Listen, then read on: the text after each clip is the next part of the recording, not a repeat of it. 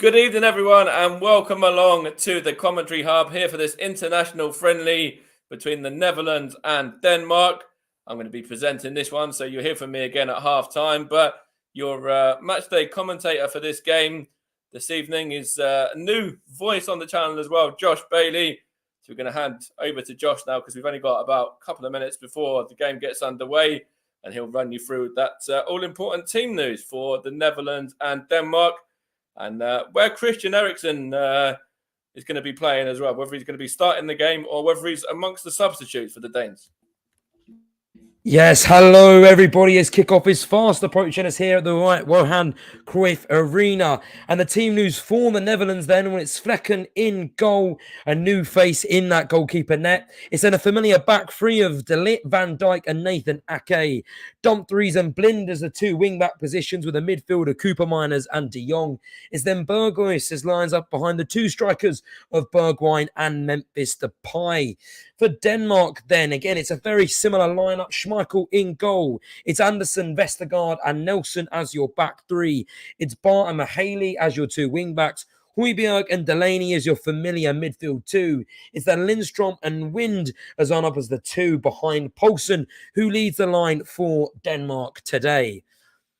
As for the game today, then, well, it should be an interesting one. These two sides haven't met since Euro 2012 in any competition, and the Scandinavian side won 1-0 that year. Each of the last four friendlies between these two sides has ended level as well, so expect draws between them today.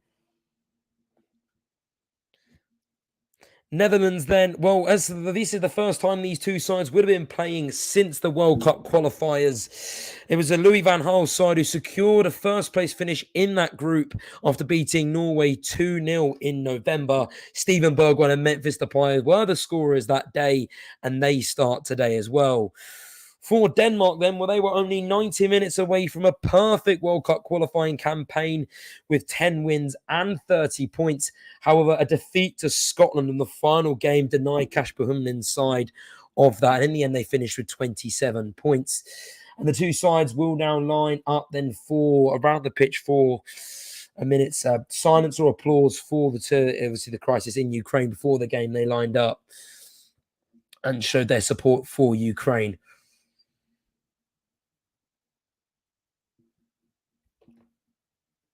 There's a minute's silence for Wim Jansen, who passed away then earlier this week.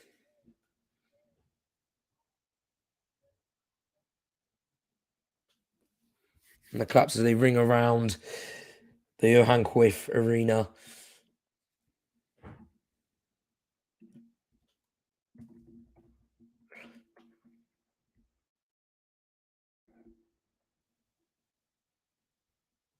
Wim Jansen, who was a Dutch professional football player and a manager, and he died on the 25th of January. So this is the first time that they've played and come together.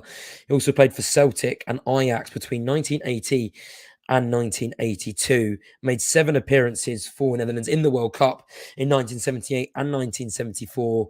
7 matches in each of those, so 14 in total.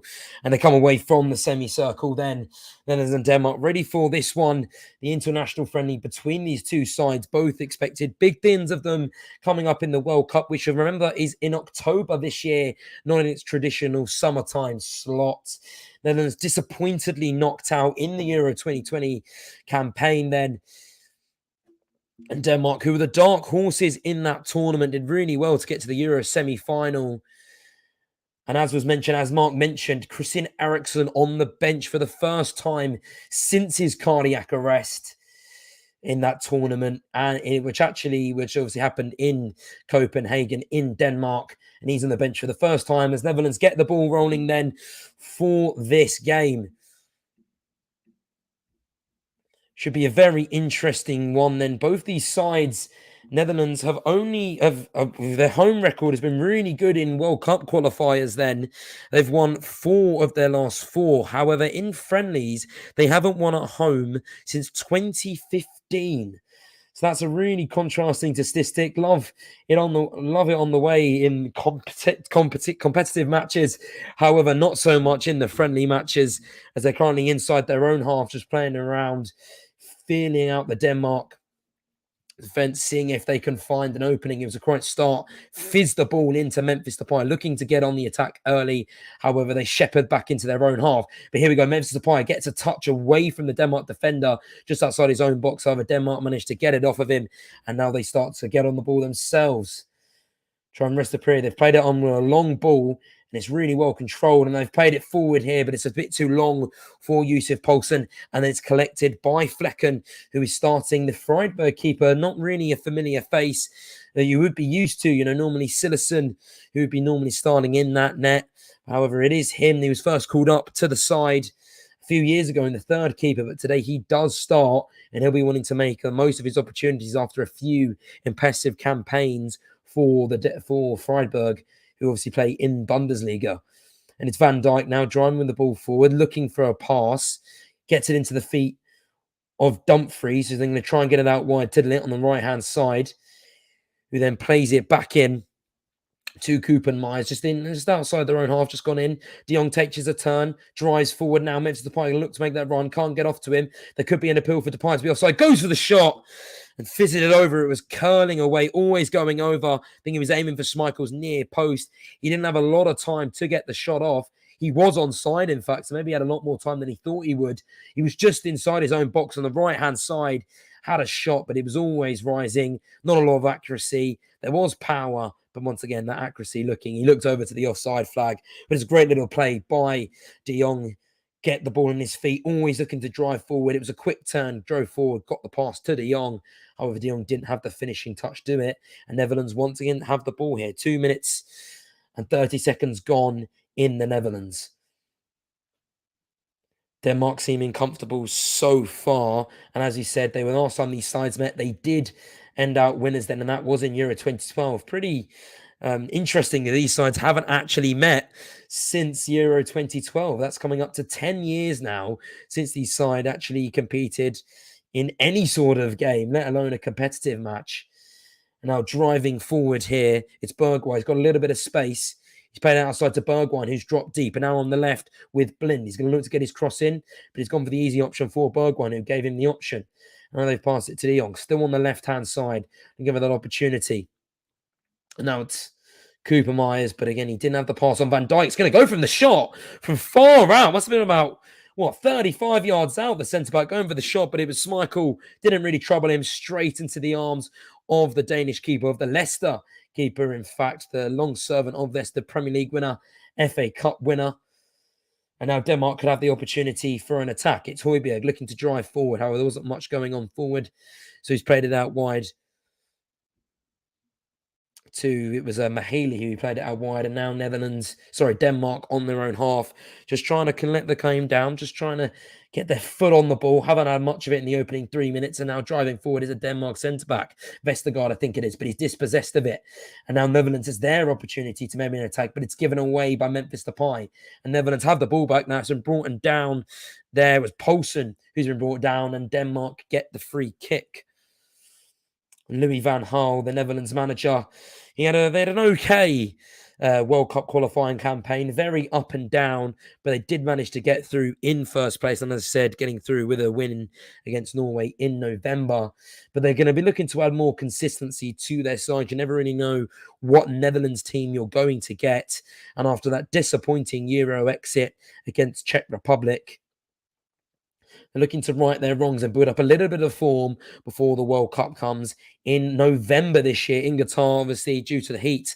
They're playing in the winter this year, which some people may not be happy with. I know certainly that I'm not really. I prefer it to be in the summer. That's when the World Cup should be. And now Denmark, they have another free kick. They're able to win the ball back in Netherlands' half, and they've got another free kick to being the culprit once again for bringing Denmark down. And what will they do here? Will they look to play it short, or will they look to fire it in? They're not really getting bodies in the middle, so it looks like Delaney will look for the pass then, and he does, and he goes short. Back to Højbjerg, and now they're playing it. It's Nelson on the ball, goes out to Vestergaard, who tries to play it forward. Who's looking to play forward, these two teams? Neither side sits back. They both like to attack and seize opportunities if they can from both. If they sense a weakness in either team, and it's Schmeichel now with the ball just outside his own. He's going to look for the pass. I think he's trying to play it forward onto the tall head of Yussuf Poulsen. And they've lost it. And now Denmark can go on the attack. It's a quick ball forward. Try to go in for Memphis Depay, but the ball's then gone to Bergwijn. And now it's De Jong. Going to look for the pass just on the left-hand side, just short of it. Going to drive in here. Going to try and drive into the box. Looking for the pass now out to Blind then. Out to Blind. That was Bergwijn. And now Blind on the left-hand side. Going to look to get the cross in. Does. Memphis Depay going to go for it, but he couldn't get there. And it's cleared away by Nelson. Another to the bit of danger then. Number 2, it was for Denmark, Anderson. And now they try and get away outside on the wide with Barr. But Blind shepherds it out and it will be a Denmark ball. Blind doesn't think so, though. Arms up in frustration. Didn't think it was. He thought he got the ball. However, he hasn't.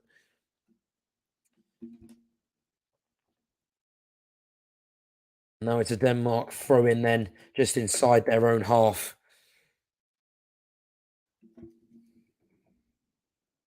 And it's another foul. Once again, that's 3 fouls already in this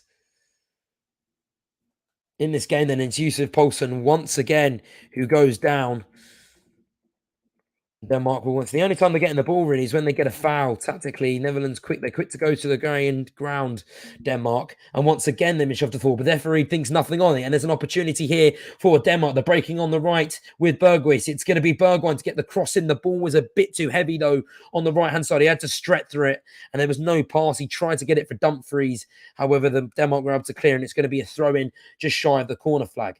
And it's now gone all the way out to De Ligt, who's passed it, sprayed it out to Nathan Ake on the left-hand side. And it's Denmark and it's De Ligt once again, seeing a lot of the ball in this first half. He's the man who likes to play it, him and Nathan Ake. But a lot of all 3 of the Denmark players, so the Netherlands players, then are ball playing midfielders. And it's a bit short. De Ligt could be in trouble, but he turns out of it and finds Van Dijk, escaping that Denmark press. Netherlands once again, when they're finding that little bit of space, they're looking dangerous, Netherlands. And it's definitely the team who are showing a lot more energy than Denmark in these opening stages. De Jong plays the ball forward into Bergwijn. And now it's going to be Bergwijn. He tried to play the pass back. He could have gone for the shot. It was just outside the 12-yard box. And instead of the right-hand side, instead it's now out for a corner. They're going to look to kick it quickly. Bergwijn's gone over, does play it quickly to Memphis Depay. The ball was a bit hard, though, gets it lost in his feet. And now the ball comes all the way out to number 20. He's going to cross the ball in, but Denmark clear it. And then here we go again. Netherlands, once again, going to go on the attack here. It's out with Memphis Depay on the right-hand side. Weaving and wiring his way in, but Denmark deal with it well. But once again, Netherlands have it. And it comes out to De Jong then on the right-hand side, who plays the ball out to Van Dijk in the middle of the pitch, just down the outside of the semicircle. Comes out to De Jong once again, seeing a lot of this ball in the opening. Passes forward. It's a great little first touch. Now, what's he going to do here? Memphis Depay takes a touch round. The Denmark defender crosses it in. Bergwijn jumped for it. He was just a little bit short to get to it. It's now Dumfries on the right-hand side once again. Passes it short forward to Koopmeiners. And now it's De Ligt. Looks at the cross in. No one was on. Passes it forward to Memphis Depay, who gets hassled by the Denmark defender, Christiansen. De Ligt gets out of trouble. Gets it forward. De Jong looks to pass forward. However, it was short of Dumfries, and Denmark win the ball back, and they're going to look to get a little breather. And wrestling his way forward is Mahaley. Didn't get anywhere, though. He loses the ball. De Jong wins it back, and Netherlands will have the ball once again, and it's back to the keeper of Netherlands, and that is Flakken.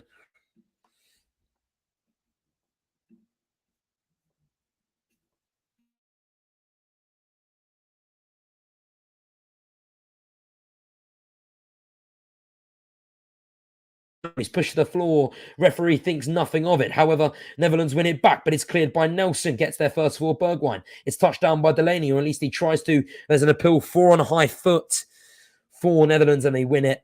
And as I just said, the Netherlands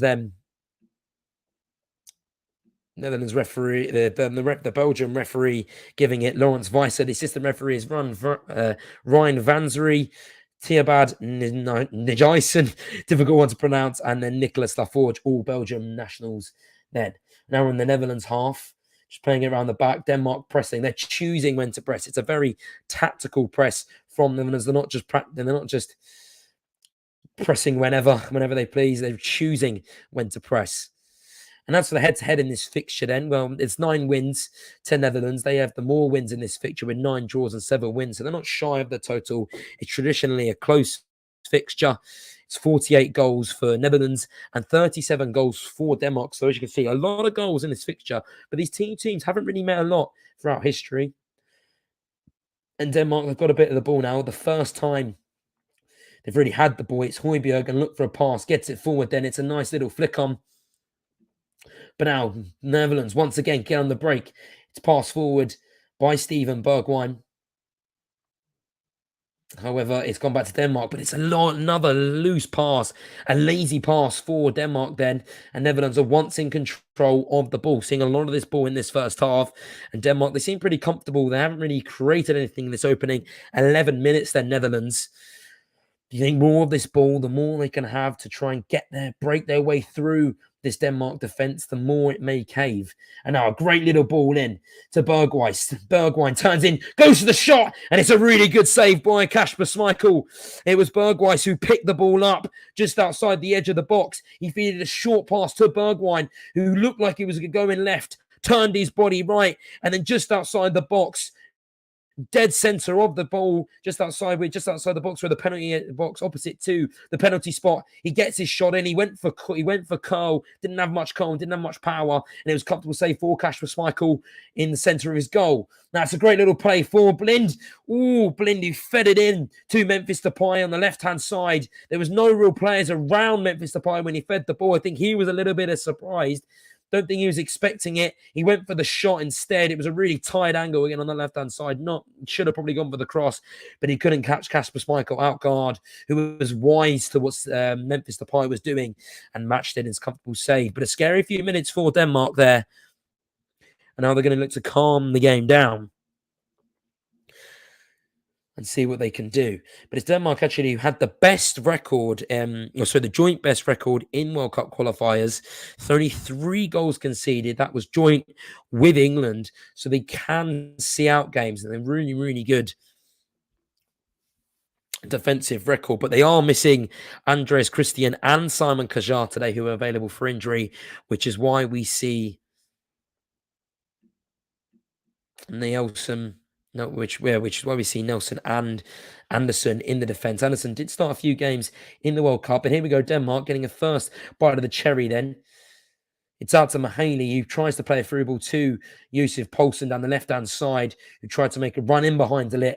But De Ligt, he knew what Poulsen was doing. He knew where he was and able to get the ball around the edge of the box. He's played out wide. It's a lovely turn by Mahaley on the left-hand side, left-hand corner of the Netherlands box.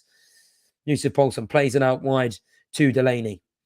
Delaney tries to get the ball in, and I don't think it was meant for Poulsen, but then it comes out to Delaney, edge of the box, nice little turn by Lundstrom. He's going to look for that pass from the wing and wing-back's bar, but the pass just wasn't on, and they've been forced all the way back into their own half, Denmark, and they'll look to go again then. It's Pierre-Emil Højbjerg playing a deeper role, normally the ones that he does play for Tottenham. You know, he likes to play that deeper role when they're in possession. This Nelson has gone for the ball over the top to Anderson. He's in a fight with Blind. Let's see who can be strongest. Bar tries to get round him, but Blind, using his experience, been playing for Netherlands since 2013, knew what Bar was doing, and they had the ball back then, the Orange Army.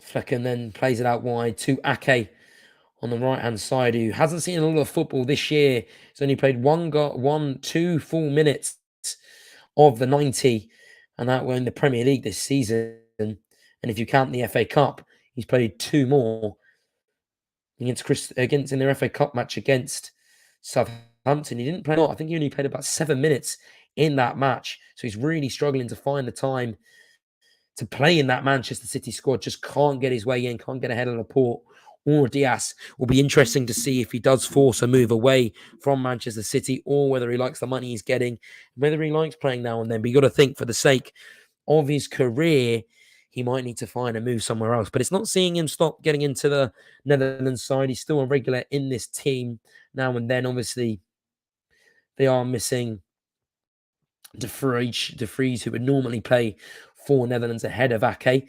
And now he's played it into the feet of Steven Bergwijn. Central goes up wide to Bergwijn, who now plays it to Blind on the left-hand side. Blind gets the cross in, finds Steven Bergwijn, and Netherlands have the opener in this game. It's Steven Bergwijn with another goal for the Dutch. He loves a goal for the Netherlands, doesn't really get any minutes against for Tottenham, but it is Netherlands who have drawn first blood here in the Johan Cruyff Arena, and the Netherlands flags are out in full force around the stadium. The ball came about, it came out too. The move started with Ake, fizzed the ball into Steven Bergwijn in the centre, who drove forward. He fed a ball out to Bergwijn, so then quickly played it out to Blind, who had a little bit of time on the left-hand side. It was a pinpoint cross, and it was Bergwijn, who with no men around him, no Denmark players around him, rose highest, and it was a lovely header, a sweet header into the top left-hand corner.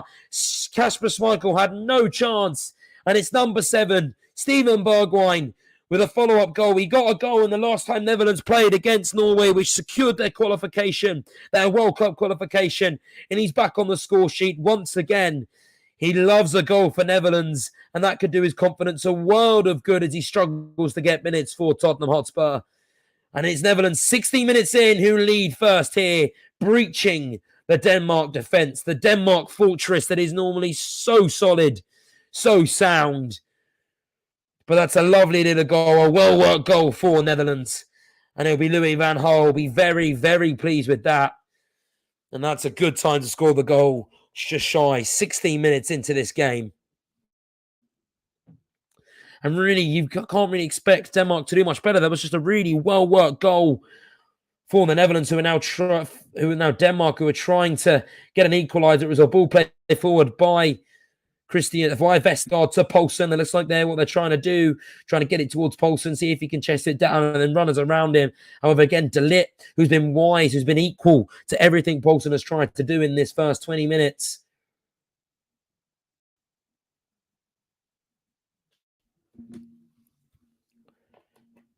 And Poulsen couldn't do much. The Netherlands, they'll be very happy. And it's now up to De Ligt. He's had a really good game so far. Been really good on the ball. As I say that, he gives it away. And now Denmark look to sniff blood like dogs to the bone. However, De Ligt comes to De Ligt, who plays it straight forward. But it's lost out by Bergwijn. And now Denmark could be on the attack here. It's Lundstrom looking to play forward. He's been fouled. And it's going to be a very, very interesting free kick for Denmark. They could look to create something here from about 35 yards out. Pretty much central, maybe just left. So just maybe a little bit to the right, but apart from that, it's pretty much central. The foul was by Bergwijn, who lost their ball initially, was worried that he could be the catalyst for a Denmark goal. And now over the ball, it's Lindstrom, the one who was fouled. He's going to look to cross, he's going to look to create something here. Denmark, who haven't really done much so far. It's Vestergaard, who's just jogging his way into the box then. And let's see what Denmark can do from this dead ball situation. It's Lindstrom standing over the top. He's going to look to cross the ball in. He's going to go for goal, it looked like, but it's hit the Netherlands wall doing its job, and now it's going to be crossed in by Mahaley. Looks at the cross in, and that is an equaliser for Denmark straight away. And it is Vestergaard with the goal, the Leicester centre-back. And it's just a switch off from Netherlands, and what a response that is from Denmark. And for Kasper Schmeichel's side, and the Netherlands side, the Netherlands away, and they're jumping up and down. It's a great response for them, and that's why the Denmark team, it's why they're so dangerous to play against. They never give up. The ball came out to Mahaley on the left-hand side of the box, and no one really challenged him for it. It's a cross in to Vestergaard. I think it was Blind who just got on the wrong side on Vestergaard. Didn't get round his man properly. It was a poor effort of a jump. And then there's got to be questions over the keeper for Flekken, who he's caught in no man's land. He wasn't really on his line, but then he didn't contest for the jump. And it was Vestergaard who had an easy header over Flekken's head. And it is Denmark who find an equaliser just 3 minutes after the Netherlands goal. 2 headed goals here at the Johan Cruyff Arena. And what a game we have on our hands. And now Denmark on the attack once again. It's Poulsen. So Lundstrom, who tries to hold the ball up. He's gone out wide to Bar. It's now Delaney. Players on wide to Nordstrom again, and they're trying to get round the back here. Ake could be a foul. Isn't, and it's going to be a goal kick for Netherlands, who can sigh a breather because Denmark, they could smell blood there. And they will in search for their second. And Lindstrom, who's been at the heart of everything. Denmark have done well so far. The ball's always going for him. He's looking to create. And he's had a really good game so far. The Denmark youngster, who was actually born in 2000 then. So he's 22 years old. I think if my maths is correct. 18 years old.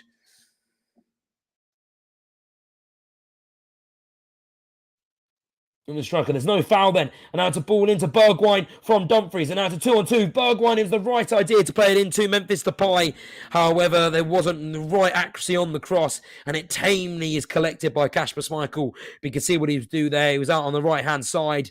Looked to play Memphis Depay, who was in the middle. But the cross just wasn't good. But they're getting it straight away here. And it's Bergwijn's going to go for the shot.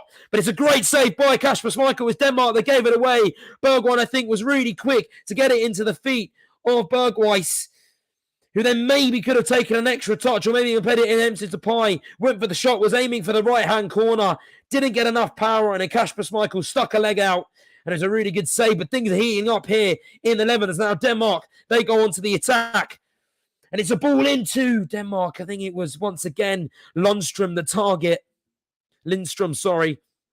However, they dealt with it well. Nathan Ake getting a leg on it, and it rolled into Flecken's hands then.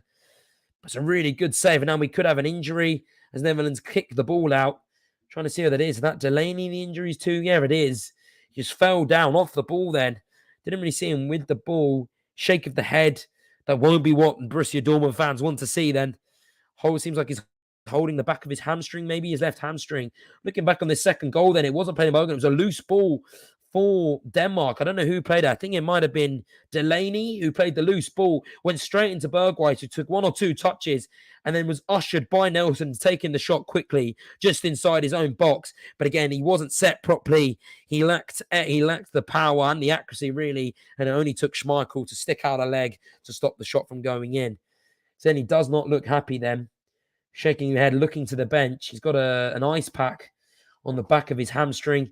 Maybe it could just be a feeling. He's up. He's walking okay. So it should be okay. He has got strapping where the ice pack was. So it maybe indicates a previous injury to the player. He's going to walk to the side then. But he looks like just a grimace on his face. Talking to Mahaley, a shake of the head. That could be him done. And that is going to be him done. It's going to be a substitution then. Number 15. Norgard, the Denmark midfielder, who's going to replace him. He does not look happy, and that is not a good sight, especially getting injured in an international friendly. And it will be Norgard who replaces him on the bench then, the Brentford regular in the Premier League.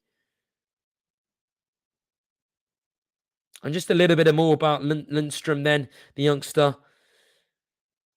He played for Brøndby in 2017 and 2019, and then he joined Frankfurt in 2021.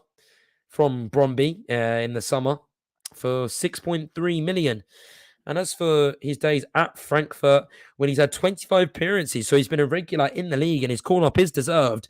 5 goals and 5 assists for Frankfurt then. 10 goal contributions. That's really, really impressive for Frankfurt. And actually in the Europa League as well, 3 assists. Really impressive debut season for Frankfurt. Then the youngster whose birthplace was Tastrup in Denmark. And again, born February 29, 2000, 22 years of age.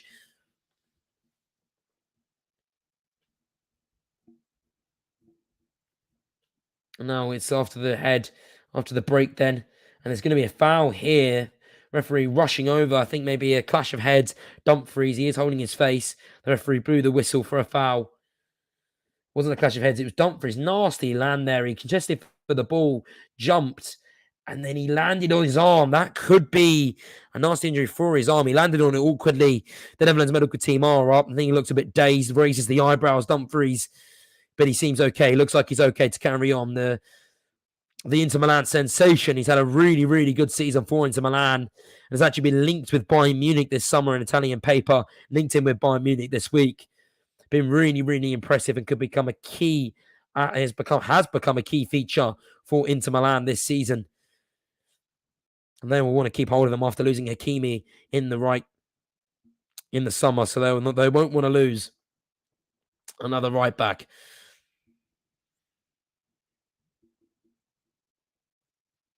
And now since the Laney injury, Kasper Schmeichel plays it forward, aiming for Poulsen, but Van Dijk deals with it easy. And a lovely little back heel then from Steven Bergwijn. He tried to send Dumfries on his way, De Jong, but they dealt with it well. Nelson sticking it.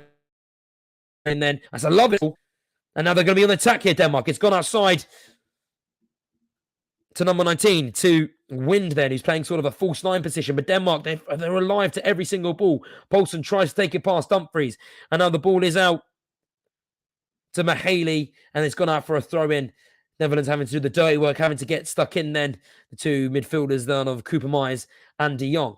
Now as Mahaley tries to play it into the feet of Poulsen, isn't, and then they're trying to keep position here. Cooper Myers tries to get out. It's a lovely little Bergwijn then, contests the ball, tries to get it, but again, Denmark, they're just winning those 50-50 challenges, and they'll take the ball into their own half and reset and go again.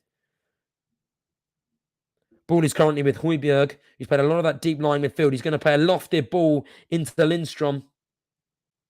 Into Wind, sorry, that was, but he couldn't get it, Wind. And now Netherlands have the ball. Just a little bit of a lull in this game then after the manic 5-10 minutes or so. And both sides looking just to rest a little bit, just reset. Both showing great attacking strength, but also both showing defensive frailties. And now it's De Ligt with the ball. Plays it to Van Dijk. And now it's up to Nathan Ake on the left. Back into Van Dijk at the centre. He's going to choose the easy option of De Ligt. They're going to try and look there forward. De Ligt cuts into the left-hand side again. And now it's De Jong driving forward, looking to pass. Finds Memphis Depay, flicks it on to Bergwijn, and looks to go into the corner to Memphis Depay. Oh, he's been forced out to the left, and now the ball's with Blind, who's given it to De Jong. Now De Jong trying to find forward, only gets to Bergwijn. And now finds Bergwijn then. Both strikers playing a free role. That's a lovely first touch. De Jong now plays it inside. This could be an opportunity. Bergwijn's going for the shot, but it's deflected. And outside for a corner. It was a lovely play by De Jong. He's been fabulous today with his passing. You can see what Xavi's having an effect on him. It was a left-hand side and about 30 yards out. Plays it into Bergwijn, who wasn't picked up. He was then in on the left-hand side. It was a narrow angle, though. He only had Memphis Depay in the middle, went for the shot, and it was blocked. And now on the left-hand side, it's going to be a cross in by Bergwijn again. It's a struggle, and it's a goal, and it's Nathan Ake who puts Netherlands back in the lead. He taps the Netherlands' chest, turns around, gives both fist pumps out in celebration, and points to Daley Blind. I think it might have been Bergwijn who got the cross in. It was a short corner once again that caused Netherlands the issue. It came out to Bergwijn on the left-hand side, had ages, no one closing down in from the Denmark players, crossed the ball in. It looked like there was a bit of a struggle. Kasper Schmeichel looked like he may be coming to collect it, didn't, and then Ake headed it into an empty net. So it's Bergwijn on the left-hand side, ages to get his cross in. And then Kasper Schmeichel hesitated to come and get it, but then it found its way all the way through to Nathan Ake, who was in between two players. He's in between Vestergaard and Mahaley. No one really jumped. It was a free header into the top right-hand corner. Ake, with a smile on his face, points to Bergwijn in thanks for his wonderful cross. And a man who was struggling in his own club in England for Manchester City is on the score sheet today, and he puts Netherlands back in front. But now Denmark straight on the attack.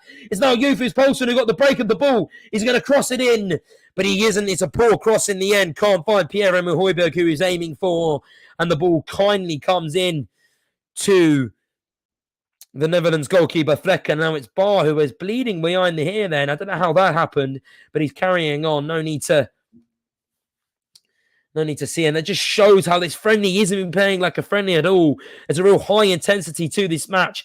No team, no player shying out of the 50-50 challenges. And it's what you want to see for a friendly match. Too often in these games, in these international friendlies, teams, shy away from contact. They shy away from playing with 100% fitness and intensity just because they're scared of being injured.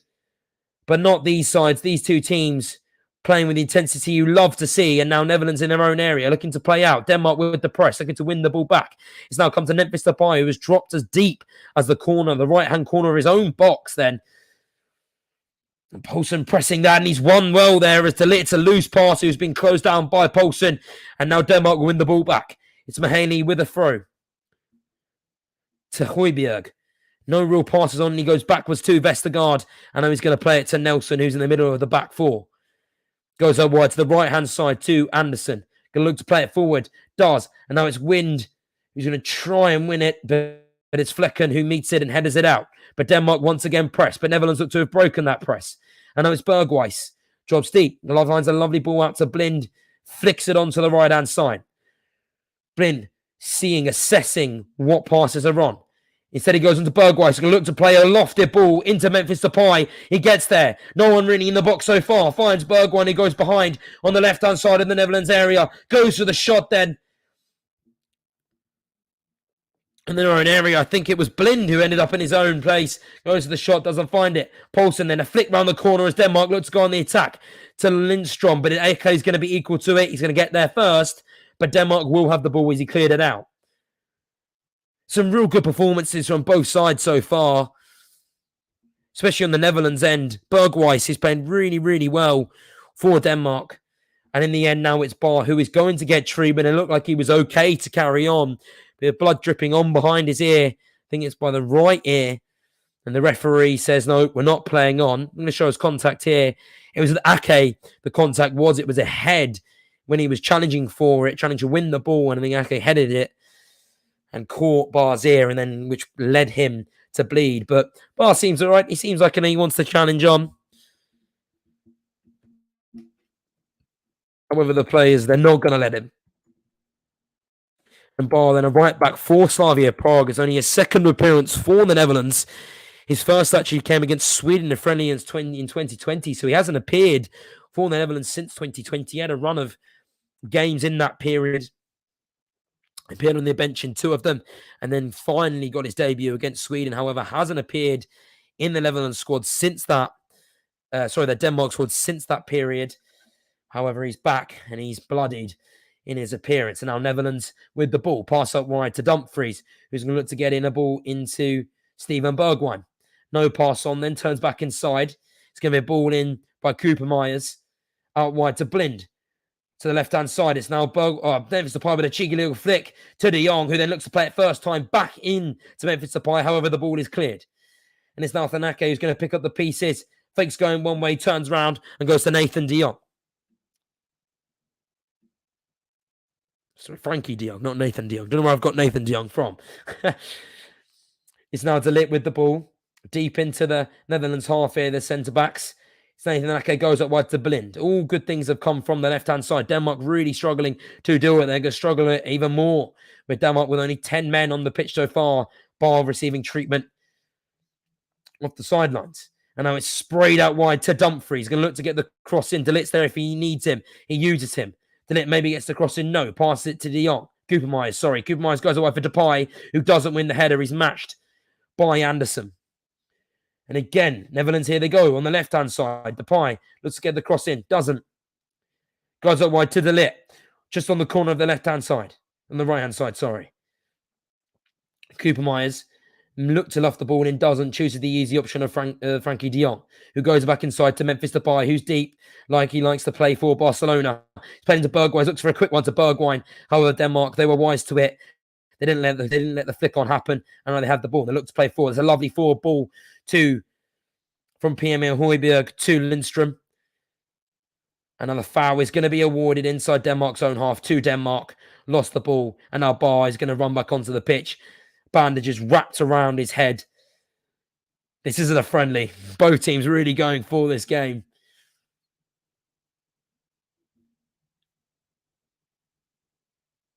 It's Pierre-Emile Højbjerg with the ball.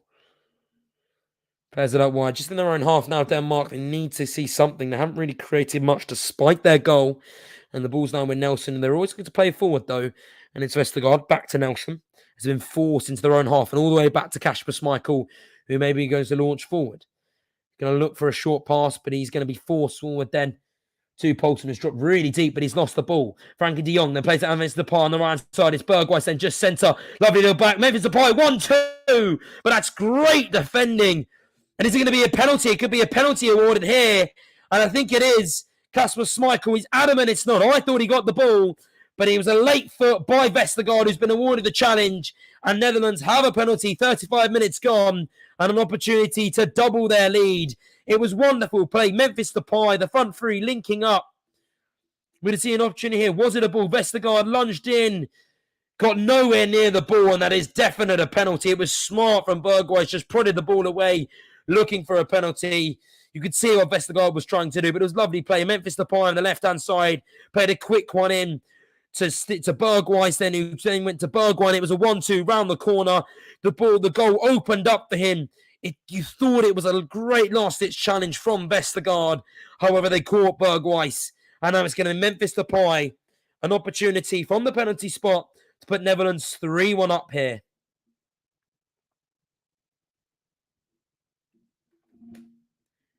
Places the ball on the spot.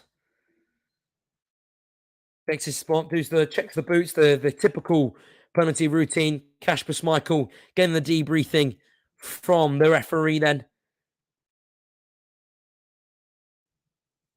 Memphis Depay, who is normally the penalty taker for Barcelona, has scored all his penalties so far for Barcelona. And now he steps up to the spot. Looks away from the goal. And here we go. A short run up then. Kasper Schmeichel. Will he be equal to it? Depay shoots and it sends Kasper Schmeichel the wrong way. Wasn't central, but it was more to the right-hand side. And Memphis Depay tries to grab the ball. Kasper Schmeichel pushes it up. And the Dutch flags ring around the Johan Cruyff Arena once again. And they now lead 3-1 on the night with about 8 minutes to play here. It was cool. It was collected for Memphis Depay. He doesn't normally miss his penalties. He's only missed one for Barcelona. He's only missed one. He's only missed two for Netherlands in their World Cup qualification campaign in 2021. In a 4-2 defeat to Turkey, he missed a penalty and a 6-0 win. Against Gibraltar, that might be. Yes, it is. He also scored a penalty. He also missed. Apart from that, he scored against Montenegro in a 2-2 draw in a World Cup qualification campaign. And also in a 6-0 win against Gibraltar. He missed and scored a penalty in that game. And Denmark with a mountain to climb now. It was a wonderful play from Berghuis. It was a wonderful play from the front three who've been liquid in their link-up play today. There've been some real mouth-watering stuff from the three. Typical Denmark football. Now it's launched forward to Memphis Depay. Denmark win the ball, and it'll be Barr with the bandage around his head. Plays a 1-2. He's going to look to play forward as Lindstrom makes the run. He's gone short to Wind, who's been fouled. The referee plays forward. And he hasn't gone back to the advantage as the Lit won the header there. And now it's Dumfries who has the ball in his own half and back to Flecken in his own half. And Denmark will try and press. They'll try and win the ball around. And they've lost the ball there. It was a audacious attempt at a back heel. And our hands are all over Norgard there. But the referee doesn't pull the thing. There's now Barr on the right-hand side. A lovely little 1-2. He's going to look to pass forward. Goes backwards then to Højbjerg. Plays forward to Norgard. It's now Vestergaard in his own half. It was a bit heavy for Højbjerg, who controls it. And they've ended up going backwards. Nothing on forward as the ball goes to Nelson. Just at the kickoff spot then. He's been fouled there. Really clever play from Wind. Got his body in front of the Lit. And the referee blows for a foul. A lot of fouls then for Netherlands are being very physical. Not letting Denmark have a moment's rest on the ball. And Denmark go again. They need a second goal, but they haven't really created much today. And it's a lovely ball forward, but it's a bit too long for Poulsen, who may have pulled up. He's holding the top half of his groin then in pain. He's limping a little bit. It was that run he pulled up, but he's back in a jog, still holding it a bit, but he might be okay. And now Netherlands back with the ball in their own half, out to Blind. De Jong always looking to pass forward and does. It's a lovely little 1-2 between Bergwijn and, not Bergwijn, sorry, Depay and Koopmeiners. But they've won the ball back, Denmark. They won the ball back, and then they're dispossessed once again, time after time. And now Poulsen is on the floor, shake of head. He knows he's in trouble, and that could be Poulsen's afternoon done. 2 injuries for Denmark in the first 40 minutes. Really unfortunate injuries. One a hamstring and one a groin here. And it'll be interesting to see who Denmark bring on to replace Poulsen. Probably will be Kasper Dolberg. And it wasn't that run. It was a ball played through by Vestergaard. Poulsen made the run. However, it was a bit too heavy. And in the processes of that, he pulled up short. And then once again, it was an injury for Delaney in the opening 20 minutes. It's really unfortunate for Leipzig and for Denmark. And the Denmark manager, Kasper Hjulmand, probably can't believe what he's seeing here.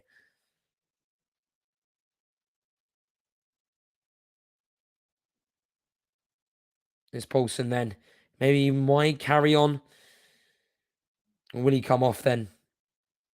Maybe no needs to risk him if he is feeling a little bit injured. Doesn't seem any substitution that's going to come on just yet, so he might just play on for the time being now.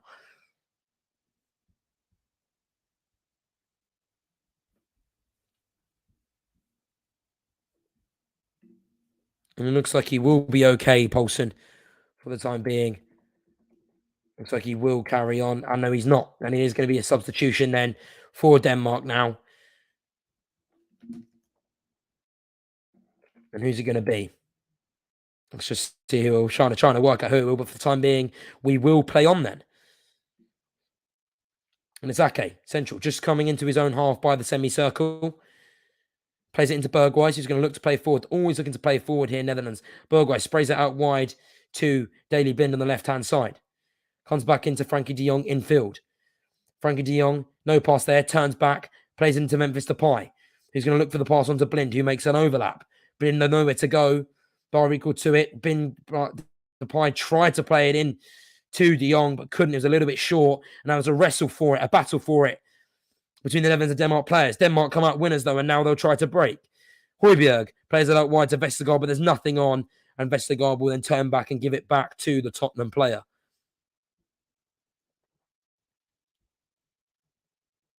And it's Yussuf Poulsen then, who was actually coming off the back of an injury. He was questionable for this game. There was doubts on whether he will start, and he was injured against Mainz then. He hasn't actually played since he played in the Europa League a bit, 22nd, but yes, it's not coming off an injury, my bad. But I know he did have a fitness problem surrounding him. And he's come off the back for Frankfurt. And has really struggled for goals recently. Hasn't scored in a long, long time. Hasn't scored since I think he scored he scored one goal. Hasn't scored since the 2nd of February then. He scored 5 goals in the Bundesliga this season. Hasn't scored since the 2nd of February. In the Bundesliga.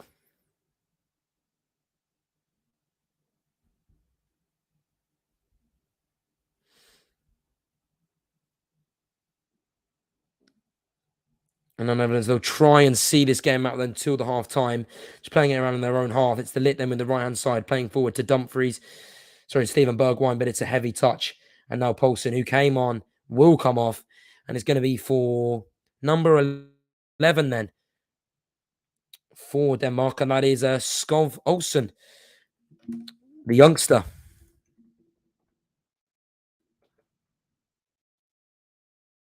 Who plays for Belgium's side, Club Brugge. We'll say youngster, 22 years of age, still pretty young. And let's see what impact he can have. But there you go, Denmark, real bad news, losing their main striker. Interesting, they didn't bring on a more experienced substitute like Kasper Dolberg, and opting for the future. I'm opting for Andreas Skov Olsen, who's had an interesting campaign for Denmark. 4 goals and 4 assists for Club Brugge in 7 appearances. So that's really, really good to see. Then really, really doing it. 8 goal countries in 7 games. So it's really lit up. But here we go. Netherlands winning the ball back in their own half. Memphis Depay tried to find Steven Bergwijn, couldn't. And now Denmark goes to break it. Skov Olsen on the ball, but he's dispossessed, unfortunately. And now Netherlands winning it back. Put into Memphis Depay, who's dropped deep and dropping deeper. Plays it out wide to Cooper Myers, who then just shows it out to De Jong. And there'll be 3 minutes added on time. Can Netherlands add to their lead to make it 4-1? Or can Denmark nick one back in the 3 minutes that are added on here? Brilliant. Going to look to get the cross in. Does. Finds Steven Bergwijn, who maybe looked to the flick onto Memphis Depay. It doesn't. Denmark finally win that ball. And now Netherlands will recycle it in. Comes out to Nathan Ake.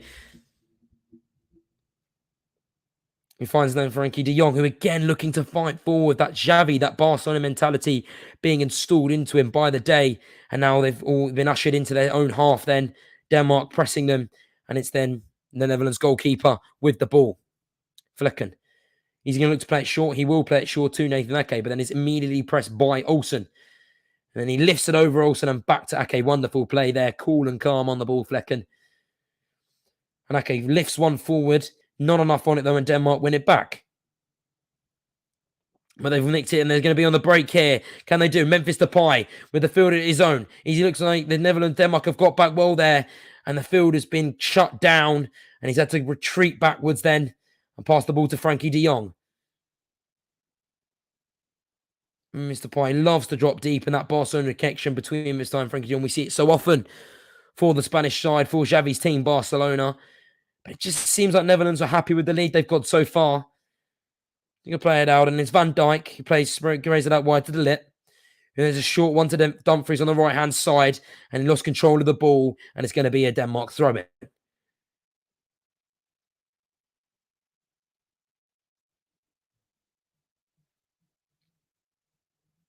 It's them in their own half. Let's see what they can do. They're out there. They get out to the left-hand side to Bar. He's going to look to drive forward. He's going to look, but he's had to be forced backwards again. Not a lot of forward passing going on for the Denmark. It's Norgard then back to Bar, who's just on the halfway line, and they've gone all the way back to Nelson with about 40 seconds left on the clock here. Nelson plays it forward. Great ball over to Olsen. It's a wonderful first touch. Take it away from Ake. Goes back to Bar on the right-hand side. Then to Norgard, to Højbjerg, who plays it back to Norgard. He plays it forward to Olsen. It's back to Bar. Maybe he's going to try and get the cross in, but he's back to Højbjerg, got offered himself up. Then it's Olsen. He's going to try and drive forward. Nice little bit of footwork, but can't go anywhere. Michael Højbjerg was behind him, and it was the right idea from Bar. However, Olsen wasn't on the same wavelength, and the ball goes out for a throw-in, and that should be half-time then. In what's been a thoroughly entertaining half of football here, Denmark. And that is the final whistle then, when it was Denmark who came back on Netherlands. Netherlands taking the lead just after the opening 16 minutes. Steven Bergwijn with a headed goal. They responded 4 minutes later, though, straight away. Vestergaard in what was a bit of poor keeping them from Flekken, caught in no man's land. Wasn't coming to collect it. Wasn't on his own half.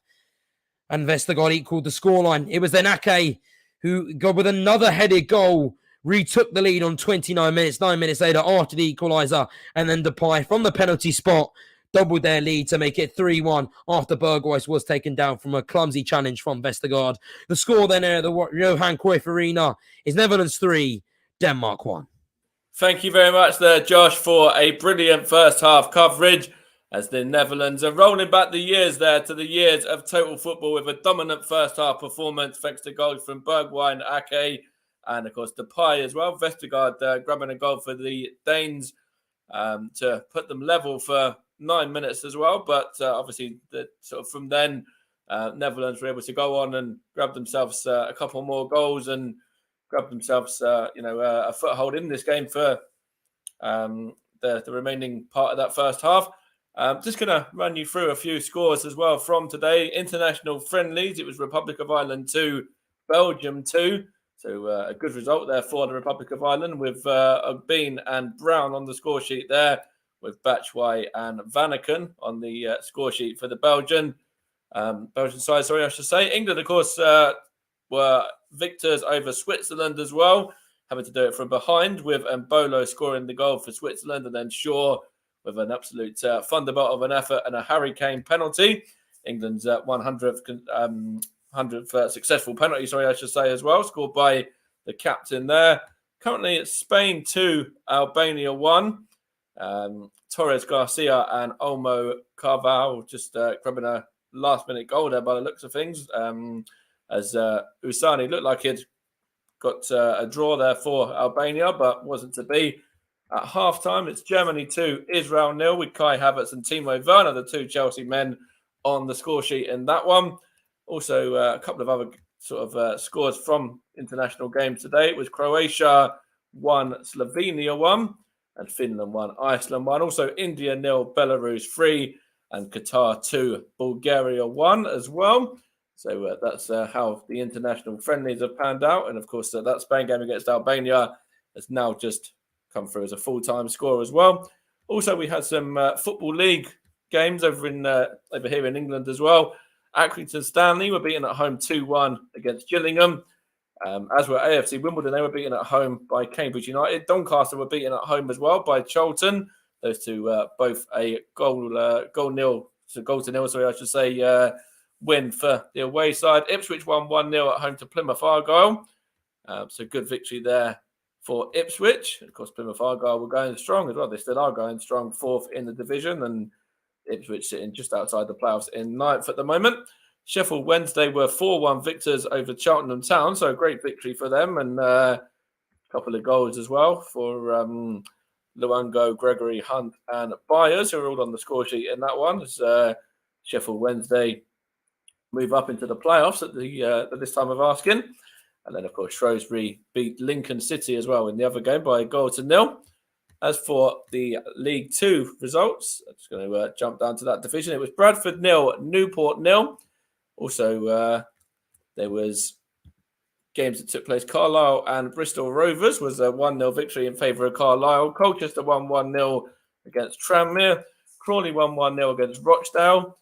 Steve Evans is Stevenage side. His first game in charge of Stevenage ended in defeat against Exeter City in controversial fashion, in fact, as well. But Stevenage went down 2-1 at St James Park.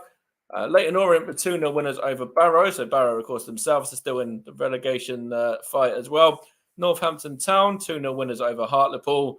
Oldham Athletic, it was heartbreak for them as Mansfield Town came from 1-0 down to grab a 95th minute winner in that game through George Lapsley after Oates had made it 1-1 and cancelled out Keeler Davis's goal. Of course, that doing Stevenage the word of good, that one. As for the other games, it was Port Vale 2, Sutton 0, Salford City 2, Walsall 1, and Scunthorpe 0, Harrogate 3 as well. So a couple of scores that have just come through there in regards to that as well. That Spain game is full-time, as I already mentioned. So just going to look back on this game with Josh as well now for a moment. And, I said it just, when you threw to me there, this Netherlands sides were very, very dominant in that first half, weren't they? And rolling back the years to total football as well, when a real strong performance and dominant performance from them.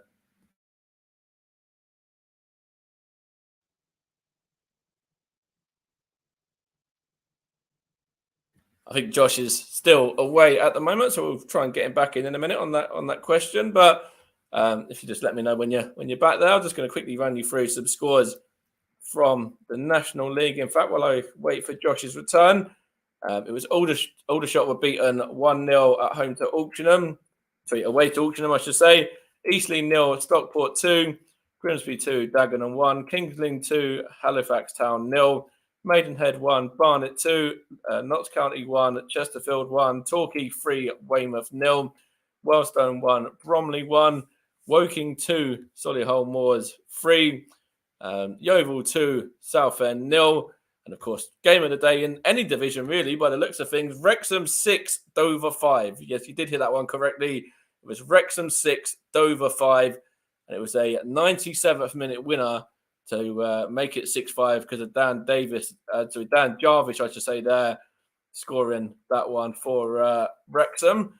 In an absolute thrilling game there for Wrexham, who, of course, sits second in the division, just behind Stockport at the moment, and Dover, of course, still sitting there in minus points on -4. And, of course, there's no way for them to be anywhere but down this season. So to even give an account of themselves this good in a fixture, of this magnitude against the side who are destined for good things in Wrexham as well, and Wrexham, of course, looking to bounce back into the Football League as well. So good account of themselves there for Dover, although they were beaten on the day. I'm going to try and bring Josh back in a minute as well, just to have a little bit of a say on that first half there. But just when the way that I've looked at it, I think Netherlands have been very, very dominant, and the Danish defence have sort of struggled to handle them at times. And they of course gave the penalty away for the third. But I think when you look at the stats in this game, just going to have a little look here now. It has been all Netherlands really, 61% possession to 39, 10 shots in favour of 2. And then 7 on target. And, of course, Denmark only having the 1 on target, which, of course, nestled into the back of the net by Vestergaard. And then 3 corners to 0 and 7 fouls against the Netherlands and 3 fouls against the Danes. Of course, one of those being the penalty as well, which Memphis Depay did score from. So, of course, very dominant and strong-looking performance there from the Netherlands. Of course, Denmark have lost a few players to injury as well, with Nørgaard having to come on and Olsen having to come on for Delaney and Poulsen there. So they've not just lost a couple of goals and losing this game, but they've also lost a few key players there as well at the same time. So it looks like things are going from bad to worse at the moment for the Danes. And of course, it'd be interesting to see whether Christian Eriksen gets any minutes in the second half, whether he gets onto the field of play. And of course, Kasper Dolberg's also on the bench as well there. Another option for them to bring on. But we'll see whether that's something that the Danish manager does decide to go to in terms of those 2 substitutes in the second half. I think there's 6 subs that are allowed by each nation as well, if I remember correctly. So even though they've lost 2 players to injury there, they've still got 4 available, I believe, the Danes. And the Netherlands, of course, have got quite a lot of talent on their bench as well, the likes of Klaassen and Wijnaldum, also Weghorst as well, the Burnley man, and Donyell Malen as well. So lots of talent there. Dan Yuma as well. So I'm going to try and come over to Josh once more now and just get a little bit of a rundown, if you are there, mate, because that first half, the Danes have really tried to. The Netherlands have really tried to get at the Danes, and it's working for them as well. Then the Denmark side are struggling to deal with them right now.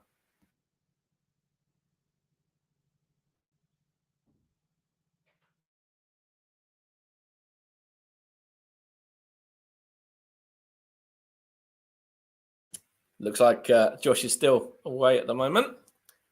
So apologies about that. I'm just going to see what other news we've had. Of course, England do play again on Tuesday as well against the Ivory Coast in another friendly. And we are looking to bring you a game on Tuesday as well. One of the games in the World Cup playoff finals. We're not too sure which one as of yet, but we will confirm it with you when we know, as we are going to be certainly going to try to bring you one of those games. And updates on England's game against the Ivory Coast will be coming through as well. Alongside Paul James will be myself for that one. I'll be bringing the updates for England's game against the Ivory Coast, and Paul will be the main man on main comms for the one of the World Cup playoff finals. But we'll confirm with you when we know which one. So hopefully we'll get those out to you. Of course, we've sorted out for some other action to be brought on the channel as well. We've got our FA Cup semi-final coverage all sorted out, so we're going to be bringing you both of those games, the game between Manchester City and Liverpool, and also Crystal Palace and Chelsea as well. We're both going to be covered on TC Hub channel, so FA Cup football is certainly going to be coming to you as well in the not too distant future.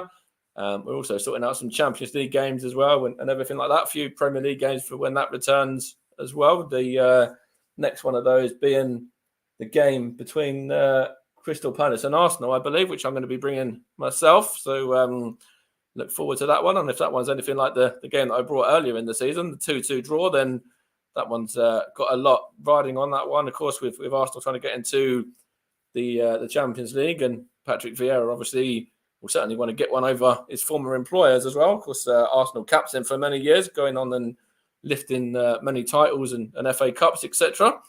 And they want to try and get one over the Gunners and Mikel Arteta. So look forward to bringing that one. Of course, it finished 2-2 thanks to a very late goal, in fact, from Alex Lacazette last time out at the Emirates between those sides.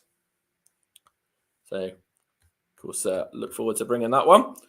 We will have lots of games actually being brought, because we've got the women's games being brought by Nicholas as well, and plenty more. So hopefully we'll be able to cover quite a lot of football throughout the remaining part of this season, and going into the World Cup as well. When it's going to be weird, as Josh said, to have the World Cup taking place in December, like November, December sort of time, and be obviously a bit different to be having your Christmas dinner, and I think it's like the World Cup final around about that same sort of time. So, one thing's for sure is that the Italians won't be there, having lost to North Macedonia in the week. But that certainly works in teams like England and even the Netherlands' favour as well. So, I'm going to try and come to Josh again, because I think the two teams should probably be coming out in a minute as well for second half. So, I want to see if I could get a little bit of a rundown on everything that's happened there from Josh. That's class. In the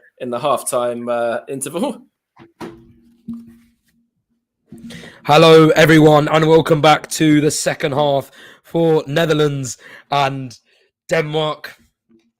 3-1 is the score at the half-time then, and it was goals from Steven Bergwijn, and then it was an equaliser from Yannick Vestergaard as well to equal that score line. However, the scores didn't remain as they were. It was Netherlands who drew next blood with Nathan Ake on the 29th minute to make it 2-1.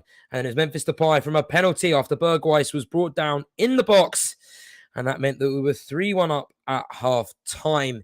What a great half of football then. It was really high intensity from all over the pitch. And it was, like I said, it wasn't a friendly match. It was played with a bit of venom, a bit of passion. And as we saw, with two injuries from Denmark and an injury as well, and a head injury from Bar. He got a bit of blood in the back of his ear, behind his ear. However, he was okay with a bit of bandaging right behind that. And as I said, with these injuries then, it was Poulsen who came off at half-time, just before half-time for Skov Olsen. And then it was Delaney who came off in about 24 minutes for Brentford midfielder Christian Norgard. Well, the teams, they just come out into the tunnel then. Denmark with work to do. They've not really been at the races so far. They've played well, but as the looks of it is Christian Eriksen, who will be coming on for the first time since his cardiac arrest in Euro 2020 in June. And what a special moment this is going to be. What an emotional moment this is going to be for the Brentford player.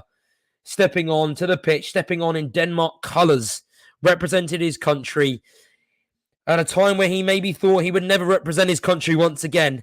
However, today he will do so again. Another change for Denmark is Ram Christiansen, who is also coming on the right back to replace Bar. And it's Christian Eriksen gives his water bottle to his Denmark coaching staff and comes on for Jesper Lundstrom in an aim to change this game. And it's a round of applause from the Netherlands fan. Claps ring around the Johan Cruyff Arena, all of them on their feet to welcome Christian Eriksen back into international action. He claps back, he receives the round of applause, and Louis van Gaal as well clapping in what is a very emotional moment for everyone involved in the Christian Eriksen family, in the Denmark family, and in the Netherlands team as well. And we're underway here for the second half. Denmark with their backs to the wall with work to do. Let's see if they can turn this game around. And Christian Eriksen with the ball straight away, pings it forward. And he's found his way forward to the substitute. Christiansen, however, Van Dijk deals with it really well and is able to clear it out. It's going to be a throw-in just inside their own half then. Anderson going to give it to Nelson. He's going to pass it out to Vestergaard. Inside their own half, just a little bit, about 30 yards out from their own goal from Kasper Schmeichel. And it's Nelson. He's going to look to go out wide and just playing it around. Really need to work away in. And Christian Eriksen can be the man to do his creativity. He can create something from nothing. He's so talented. He's one of the specials of this game, but they've lost the ball straight away. And it's Frankie de Jong winning the ball back, and it's now to Daley Blind. He's going to go all the way back to his keeper then, the Freiburg keeper, Flecken. He's done a short 1-2 with Van Dijk, and he's got the ball back, but they're pressing it. It's a rogue ball, and he's only been dispossessed here, and they were closing him down. It was Lundstrom closing him down, but however, they've won the ball back. And that's Nelson inside his own half. It's a lovely 1-2 with Anderson. And then Danny Brindu got a foot and he rolls out for a Denmark throw. But it was nearly there for Denmark. They were smelling blood in the water, nearly got the ball back. However, the Netherlands, they got away with it by the skin of their teeth. And now it's the centre-backs of Denmark who once again have the ball just inside their own half. Played it forward, a lovely ball to the fullback there. The substitute, Christiansen, controls it really well.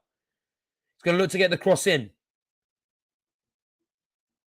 He's got Skov Olsen on his side. Played a lovely 1-2. It's a good ball in. Now it's inside his own product area. Pulls it back to Christian Eriksen, who scores on his debut. He's playing back for Denmark. It's only taken him 2 minutes to get on the score sheet. And what a magical return. Vestergaard gives him a hug, an emotional hug. It was a wonderful finish.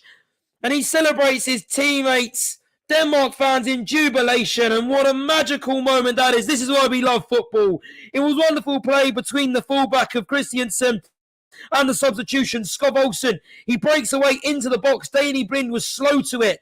And just as he's in the box, just on the line, he pulls it back. It's a great pick out to Christian Eriksen.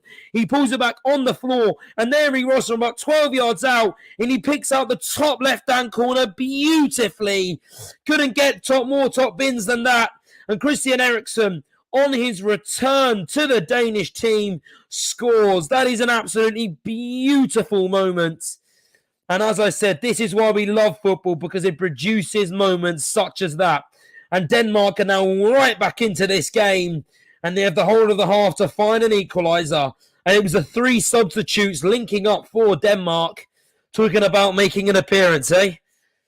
And now, Denmark with the ball. Going to be pushed forward with Vestergaard. Plays it forward. Great little first touch by Wind. He then finds Norgard. Thought he might have played it short to Vestergaard on the left-hand side. Doesn't. Now a little 1-2. And now it's Nelson in the middle of the centre-back. Plays it forward once again to Christiansen, the full-back. Controls it very well. He's giving Blind an absolute nightmare. Gets it out to Wind then, who plays it to Christian Eriksen a bit forward. And Christian Eriksen makes a run down the right-hand side. However, the ball was cleared out. And it's out for a Denmark throw-in. And now, out to Skov Olsen. However, it's a poor pass. The Netherlands win the ball back. It's Frenkie de Jong playing it back to Memphis Depay, who's dropping deep into his own half. And he's going to try and drive forward. Picks out a wonderful ball to Berghuis, who turns back and then finds Frenkie de Jong, who then gives it out to his midfield partner, Koopmeiners, who then finds all the way out to the wing-back Dumfries on the right-hand side. Netherlands in their own half, searching to restore their 2-goal lead. What a poor start for them it is in the second half. They had a 2-goal lead. They just need to control this game. Then on the opposite that, they switched off. Blind switched off. Their centre-back switched off. Allowed Christian Eriksen time in the box, space in the box to get his shot off.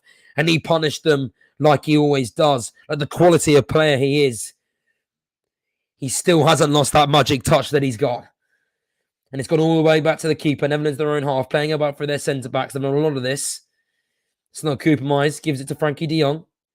About 30 yards within their own half. Frenkie de Jong looking to the pass forward. Always looking to pass forward the Barcelona midfield and never backwards. He might be forced to this time. Still not. Still, he's got Ake there. Still not passing it to him. But this time he chooses Ake with a loose touch. Lets the ball roll behind him. And then also throws him down. Not with much effort. And they've given it to Flekken. Flekken with time in his hands. He's being closed down though. He's played it out wide to De Ligt. De Ligt then launches the ball forward to Bergwijn. Gets his body in front of Nelson. However, Nelson was strong and he's lost the ball. And now it's played forward. Lovely first touch. Let's see what they can do here. Christian Eriksen outside to Norgard. Has to turn back though. Tries to play it into the feet of Wind. And it's a loose touch. And now Bergwijn straight through the flip. Through the feet of a lovely little nutmeg. And now Netherlands are on their way. Went for Bergwijn. It was a loose pass though. It was a bit to his left. Too much on it. Had to out-muscle Christiansen. Vestergaard, sorry. He gave him an opportunity. However, it wasn't that. It was actually Memphis Depay with the challenge. They went one-on-one strength. And that's a lovely play by Berghuis once again. And it's out for the throw-in.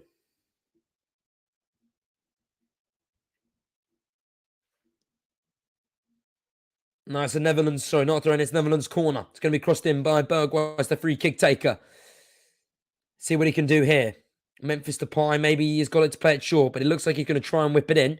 2 short corners for Netherlands so far, and they've caused them, it's another short corner to Memphis Depay. Berghuis runs around him. He's going to look to drive into the middle. Denmark, not Christian Eriksen, not giving anything away, but loads of time here for Koopmeiners if he wanted to cross it in. But he's played it back into Berghuis, who then on the edge of the box on the right-hand side, it's a deflected cross, and it's another corner for Netherlands.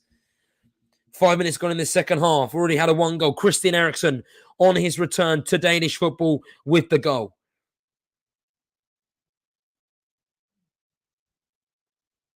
It's a ball in. Berghuis. It's an in-swinger. Van Dijk, De Ligt, all in the middle.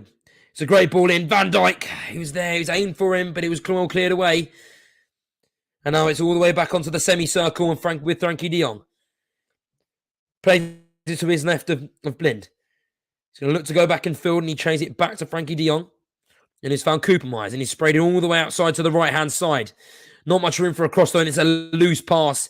And Denmark, Vestergaard's got time to do what he wants. But it's a poor pass straight back to a Netherlands player. And it's now Memphis Depay, 1-2 with Koopmeiners. Plays it to Frankie de Jong in the middle, about 40 yards out. Frankie de Jong trying to outskill his way, but he plays out to Blind on the left-hand side. He cuts back inside to the deep-dropping Memphis Depay. Plays it forward to Berghuis. Tries to get it to Bergwijn. 1-2. It's a lovely back heel. And this could be a wonderful goal for Netherlands. That is well matched by Kasper Schmeichel. It's a 1-2 between Steven Bergwijn and Berghuis.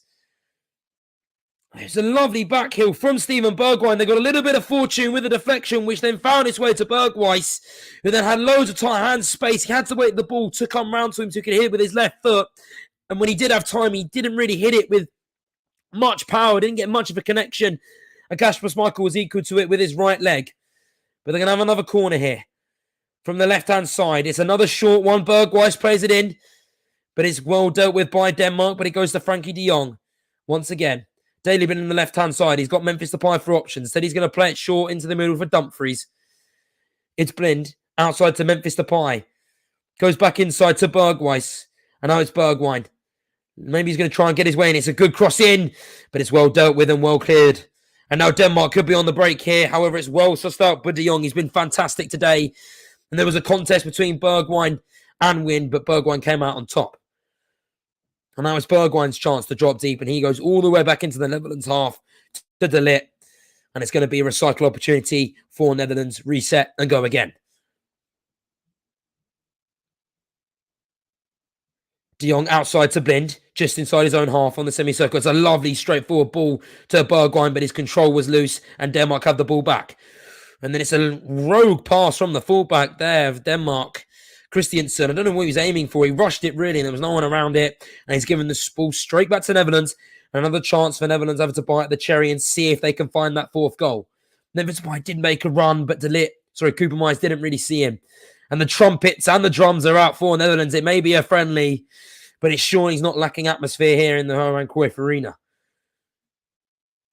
Netherlands just trying to find their way through here. They're not forcing the ball. They know they've got that goal advantage.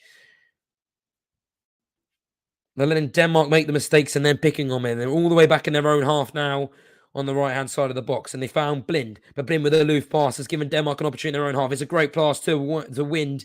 But it's another loose touch. No foul, though. The Netherlands players look for a foul. That's not. And it's going to be a Denmark throw-in. A lot of loose passes going around in the second half. Both teams, I don't know whether it's the friendly, the second half of that friendly. Now the Mexican wave going around the Cruyff Arena, and that throw-in has found its way to Ake. Another loose throw-in, another loose pass. They really need to concentrate here, Denmark, to find their way back into this game.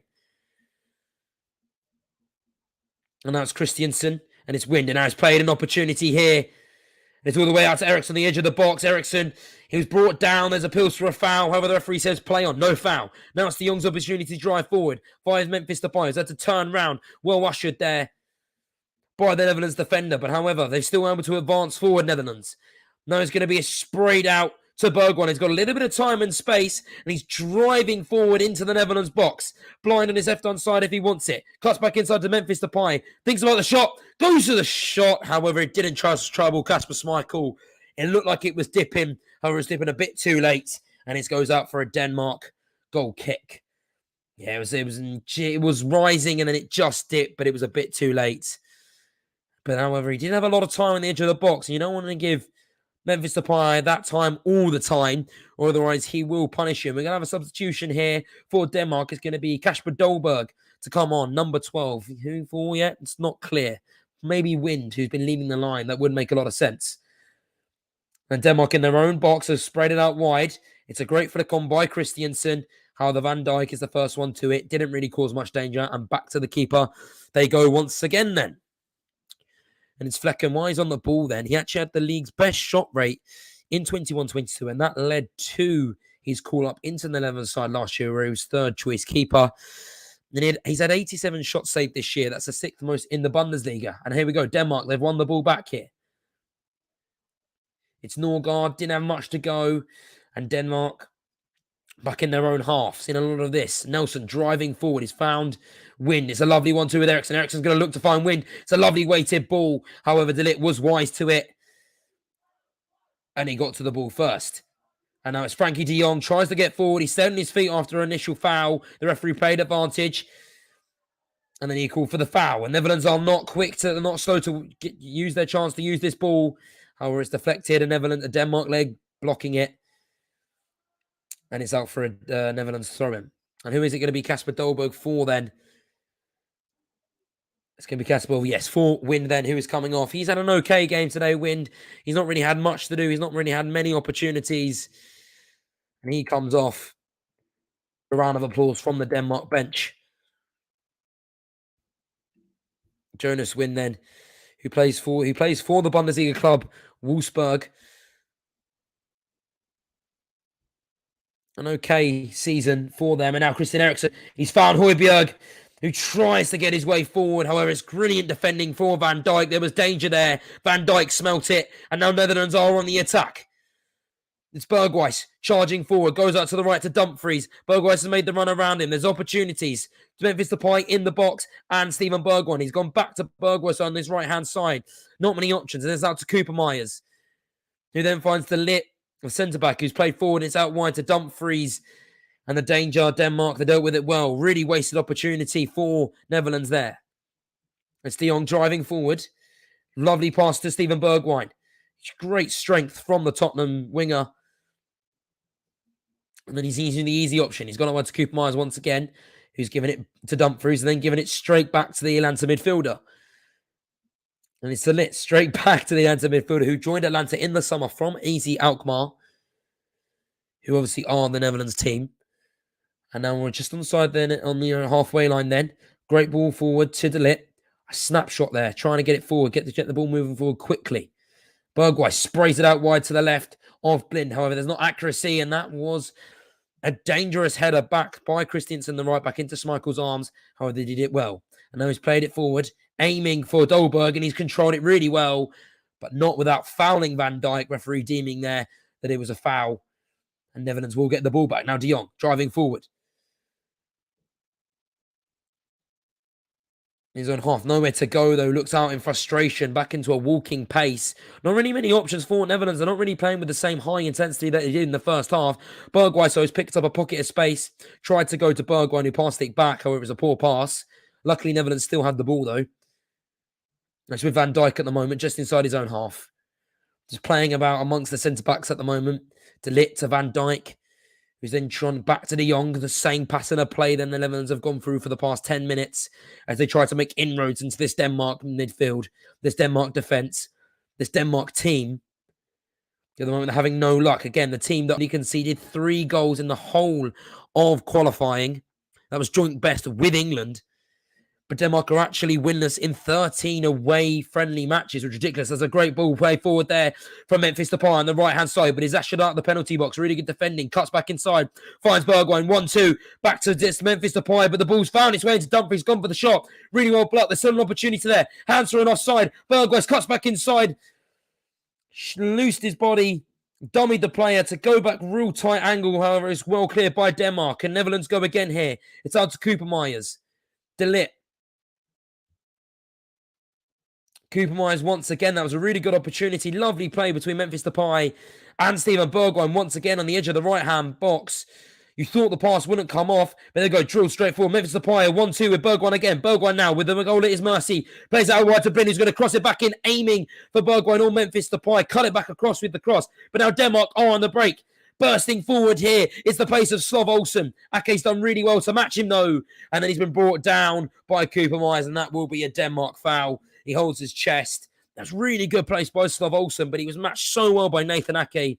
He's a quick centre-back. You knew that he would be able to match him, and he did. Didn't let him get out of his sight. Didn't let him break stride. He was able to marshal him in back inside. And Denmark get away with one there, because if Slav Olsen, he was away, it could have been real danger for Louis van Gaal's side. But it's Slav Olsen with the ball once again. It was placed straight into his feet from the centre-backs as a loose touch, and that gives Netherlands ball right straight away. Cooper Myers plays it forward to Memphis Depay, running down the left-hand channel, shifts his body inside. Now that's brilliant turn on Memphis Depay, now running on the left-hand side. He's on the wall, gone for the shot, but it's smashed by Schmeichel. The angle was narrow. He lacked pace. He was off balance a little bit as the ball got away from him, and you expected Schmeichel to make the save there. But what skill that was from Anderson, to get away from Anderson, turn right, turn left. Then the field just opened up for him as he shifted Anderson away from him. Then on the left-hand side, but there we go, Netherlands on the attack again. It's Bergwijs goes for the shot. He had Bergwijn and Depay to his left and right. However, he's dragged the shot wide, and there was no trouble there for Schmeichel. But just going back to that Memphis Depay chance, then he got away from Anderson, turned inside. The goal seemed to break away from him, and he just had a bit too much speed for Nelson. However, his third or fourth touch was a bit too heavy. The ball then got away from Memphis Depay, made the angle narrow, and then he just was off balance, didn't get the speed on it. And then on the left-hand side, like I said, it was an narrow angle. He got his shot off, but you'd expect Schmeichel to save that. And Denmark breathed to live another day. There's Nelson driving forward outside the defence. Plays it out to Norgard, just a little 1-2 with Christian Eriksen. A lot more tempo to this Denmark play. Christian Eriksen now with a bit of space in front of him. What will he do? He's going to look for pass like he always does. Not really much on it. That's a lovely ball, though, to the right-hand side to Olsen, who's got a touch away from Van Dijk. But as he always does, he's strong, he's quick, Virgil van Dijk, and he just shepherds Olsen out with just ease. And it's out for a corner. You thought for a second there, Olsen would be able to get around Van Dijk, but we forgot who he was. In the end, the final touch did come off Virgil van Dijk. And let's see if Denmark can do anything from the corner here. The first corner of the game, and it's going to be Christian Eriksen with an outswinger from the right-hand side. Vestergaard has already scored a goal in this game from a header. Willie had a second to his tally. Good ball in. Aiming for the front post. It was Vestergaard. It was Anderson who came running across. Couldn't get his head around it. And it's going to be a goal kick to the Netherlands. Anderson then, who's enjoying a fruitful campaign with Crystal Palace, who reached before the international break this cup semi-final, the FA Cup semi-final. They'll be on to Wembley. Anderson will be on his way to Wembley in his second Premier League campaign, played for Fulham last season, who Fulham also seem like they'll be on their way back to the Premier League as well this year. And a short goal kick they've opted for Netherlands. They're going to look to play her out. Dumfries, it's an awful pass, though, and it goes straight to Højbjerg. With a loose ball, Højbjerg wins in and gives it back to Vestergaard. And then goes all the way back round to Mahaley. Haven't seen much of in the second half. Everything's been down the right, been to Christiansen, been through Olsen. That's where the danger's been, and that's where the Denmark second came from. The fullback and the winger linking up. Højbjerg, who's been the deep line midfield of this midfield team, always collecting the ball, always there. Nelson again looking for that long ball. It's always been on, but when you've got Van Dijk and you've got De Ligt in your team, but that's a really good ball. Christian, it's Olsen in again. He might be offside, but here we go on the right-hand side, bearing down on goal. But that's really good defending by Ake, but then somehow he gets the shot off. Had to hit it first time, and it's wide of the post, of the left-hand post. He might have been offside. There was questions, but no, I think he might have been De Ligt who was keeping him on there. It was a great ball by Christiansen, and Olsen turned the corner. He was bearing down on goal, then for the right-hand side, he was always coming in on goal. And that gave back. Oh, and there's been a dangerous opportunity there. Freaking living life on the edge. Getting pressed by Olsen, but he manages to escape there without a scar. But no, it was a ball in by Christiansen, the right back, onto the right-hand side. And then it was it was Olsen, who's been so dangerous in the second half. He got away from Ake. And just as you thought he was going to get the shot away, Ake managed to get his body in front of the shot. However, he somehow deflects it out from Ake. And Olsen, with his quick reactions, was still able to get the shot off with his wrapping his body around it. The angle was never kind to him. And with them to wrap his body around it, it went wide. But that was a great opportunity. And a great creativity from Olsen to get the ball away. Great reactions. But now it's Netherlands. Played it into Dumfries on the right-hand side. He's got a bit of space. Tries to cut it back, but it's a deflection. Great defending by Vestergaard. But somehow the ball's come out. And it's come to Steven Bergwijn, who's shot a little bit deeper on the right-hand side. And now it's Cooper Myers. He's going to look to get the cross in. There's no one there. Billind was the target. However, it's well dealt with again by the Netherlands right back. And now they're going to try and break. Dolberg looks for the foul. He gets the foul. Ake was a bit too hands-on approach there. It looked like a foul, and it was a foul as we approach the 66th minute. Denmark with 2 goals so far, and they actually scored a lot of goals in their qualifying campaign. One of the highest scorers in the World Cup qualification. Actually, the tally of 27 points was the joint highest in UEFA qualification. Only Germany matched that. And here we go. Dolberg manages to turn Van Dijk. You don't see that often, but somehow Van Dijk hits it. They've played play on though. It's out to Olsen on the right-hand side. It was a foul. Who's cut it back to Dolberg, who's then gone to Christiansen a bit behind him on the right. It's now Højbjerg. They're going to go back in field. But 1-2 in Norgard. Thought about the forward pass to Dolberg, but instead went back to Højbjerg. Has then played it back to Nelson, who's got the ball straight back Højbjerg. It's Norgard. Tried to play the 1-2, and somehow he's given it to Olsen. Linking up really well. Now it's Dolberg, and now a little bit of space. Norgard, Christian Eriksen back to Norgard. However, Norgard's just missed it, bit too much on it. And the Denmark centre-backs have it. Højbjerg, great ball. Dolberg with a bit of space. He's given it to Christian Eriksen. What can he do? Mahai making the run. He's going to look to cross it in. Christiansen's in the middle. It's gone back to Eriksen. Thought about the cross. So there wasn't enough time. It's now Norgard. Back to Christian Eriksen, who plays it on to Norgard, who's made the run on the left-hand side. It's well shepherded by Dumfries. He got across quickly. Just as you thought it was going to have to play, he managed to get it across to Christian Eriksen, Norgard. It's now Højbjerg going to look for the forward pass. Finds Dolberg. No one around him. Dolberg now looks for the pass. No one's really on. He's going to have to go out wide here to Olsen. Olsen on the right-hand side, just on the edge of the box. Goes back to Dolberg. Looks for the 1-2. Out to Christiansen, the right wing back. And then plays it to the edge of the box to Højbjerg, who then finds Christian Eriksen. What do you think about the shot? Hooks it forward. It took a deflection from a Netherlands body, and that stopped Olsen from getting in there because he would have had a one-on-one with the keeper. The keeper would have been closing him down. And they've played it forward, and Nelson's won that battle with Memphis Depay on his own halfway line. And Denmark will now get it back to the keeper. All Denmark at this stage, they're really up in the gears. They're up in the tempo. They're hunting for that third goal. They can smell Netherlands are weak. And Denmark, you wouldn't be surprised if they can find that equaliser. But that's a really bad pass to Nelson. However, they escape one there as it goes straight back to Kasper Schmeichel with Ake, who tried to control it. And Denmark with the ball. It's now Christensen going to try and burst forward the right wing back as he cuts inside field. Goes outside to Olsen. He's made a run. Olsen has found him.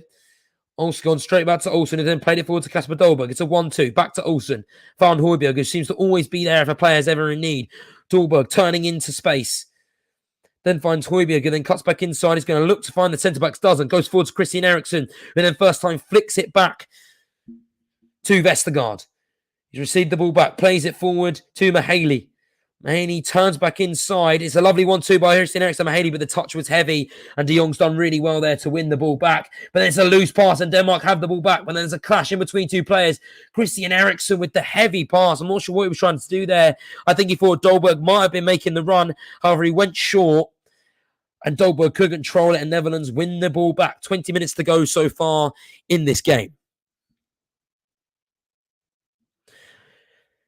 Denmark with all the ball, Netherlands controlling it, and they're looking to continue their form, their wonderful form since they were knocked out of Euro 2020. They've collected 17 points from 21 since September. They've responded to that heartbreak in Euro 2020 with some real tough, exciting wins. And now we have De Jong driving forward, gets away from Norgard, and then he plays in. Steven Bergwijn has got a little bit of space on the left-hand side, cuts inside! And that is a wonderful finish from Steven Bergwijn, who does his trademark celebration and gets his second goal of the game. And he might have got Netherlands home and dry in this match against Denmark. It's now 4-2. Steven Bergwijn, the Dutch flags are out. It's a pool of Dutch flags around the Johan Cruyff Arena. It's a wonderful goal. De Jong drives forward from his own half. He finds Steven Bergwijn, who has a little bit of time on the right-hand side. He looks to cut inside. He isn't closed down quick enough. And he shouldn't be given that opportunity to cut on his right foot. But he is. It's poor defending from Anderson. But he's still got a lot of work to do. And he curls it beautifully into the right-hand corner, the top right-hand corner. Kasper Schmeichel had no chance. That's a brilliant goal from the Netherlands. Great play from Frankie de Jong. And an equally great finish from Steven Bergwijn, who now has 2 goals under his belt. He's started where he left off for the Netherlands, again scoring a goal against Norway. And with that second goal for the Netherlands to bring them, the 4th goal for the Netherlands to bring them in a 2-goal, and it looks like they're going to make a triple change, give some of the youngsters an opportunity here. But that should be game over. And after Denmark have dominated a lot of the ball, with a blink of an eye, Netherlands are back in front here. Do they deserve it? Maybe based off their first performance. Denmark have played really well second half. And that was just a devastating counter-attack, a devastating drive. But still, they're not giving up here. Kasper Dolberg takes it around one of the Netherlands defender. Great play. That was the wrong pass from Olsen, but somehow they've still got it. He plays that, finds Christian on the right side. Got a bit of time. Finds the shot. And that is grazed the left-hand post. It goes across the face of the goal. It might have been a shot. It might have been a cross. Mahaley was there in the middle. All it needed was a Denmark player to get a touch on it, and that would have been a goal. Denmark, they're not over yet. They're not lying down. They want something from this game. It's going to be a cross from the left-hand side. An in-swinger. Let's see what they can do. Raises their own Christian Eriksen. Crosses it in. Who rises highest? Goes all the way through, and it's going to come out to Norgård, I think that is. So Mahaley on the right side. Can't get the cross in. Netherlands got across well. And he's gone all the way back into their own half there with Pierre-Emil Højbjerg. That was a wasted opportunity for Denmark. But what an opportunity that was. It was great play from Kasper Dolberg. Just got past his man like he wasn't even there. And then you thought the opportunity had gone when Olsen picked the wrong pass. However, it found Olsen once again. And they're on the attack here. Right-hand side. Christensen to Olsen. Olsen got a little bit of time to get the cross in. Goes low. Dolberg leaves it. I think he may have got the shot from the man behind him. But he didn't find Christian Eriksen either. Christian Eriksen, touch in tight space, going to go for the shot here, and it hits the post. Christian Eriksen here with his second goal of the half. That was a great shot. It was swerving from left to right, very similar to the goal he scored against Chelsea in the 3-1 win for Tottenham at Stamford Bridge. He received the ball. It was a great little touch to open the space up in front of him. He went for the shot, lashed it, hit beautifully. And curl, it wasn't really a swerve, it was a curl. And it's walloped the post. Dead centre, rattling the woodwork. And Netherlands, within about 2 minutes of conceding that goal, have gone close to scoring 2 more goals. The score would have been level if they could have finished off those chances. But that doesn't matter. With 15 minutes remaining, they still trail 4-2 here. And it's going to be 3 changes then for the Netherlands. And if I can see, it's Brun Larsen who looks to be coming on. Didn't quite make out the rest of them, but it will be Brun Larsen, the striker then, along with 2 other substitutes. Sorry, not Brun Larsen. That's the Netherlands. That's the Denmark substitutes. Wout Weghorst, it looks like, will be coming on as well. And Danjuma. Wout Weghorst, fresh off his move from Burnley. Done really well there. Really made the Premier League his home. I didn't quite catch the last substitute, but that will be Danjuma and Wout Weghorst coming on. Will that be before or after a Netherlands' 3rd goal? Tried to play it forward to Kasper Dolberg from Mahaley, couldn't. However, the field might have broken, but gets across well there to clears it. But Denmark still win the ball back. Højbjerg hooks it to Christian Eriksen, who is nearby. It's now gone to Nelson. Plays it forward to Christiansen, the right back. He's more centre, the right back, but he's more centre midfield. Now Olsen looks to take on Blind, driving forward, driving into the box, finds a little bit, opens his body, finds a little bit of space. And the cross, it was a poor cross. It actually might have gone out for a goal kick. Yes, it did. Done really well, Olsen, since coming on as a substitute in the first half. Every time he's got the ball, he's looked to drive forward. He's really caused problems for Netherlands and Daley Blind. But he just hasn't had that finishing touch today. But he did get the assist, though, for Eriksen. But, he's had a lot of crosses, and you really hoped he could have done more. So the first substitutions then, it's Nathan Ake, who's going to come off for Malaysia. Bergwijn looking to the bench. It might be him. It's Memphis Depay who will be the second substitute. And he will be coming off, I assume, for one of Danjuma or Wout Weghorst.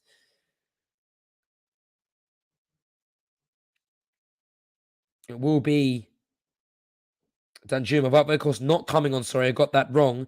It is Danjuma, and it's also Marlon who will be coming on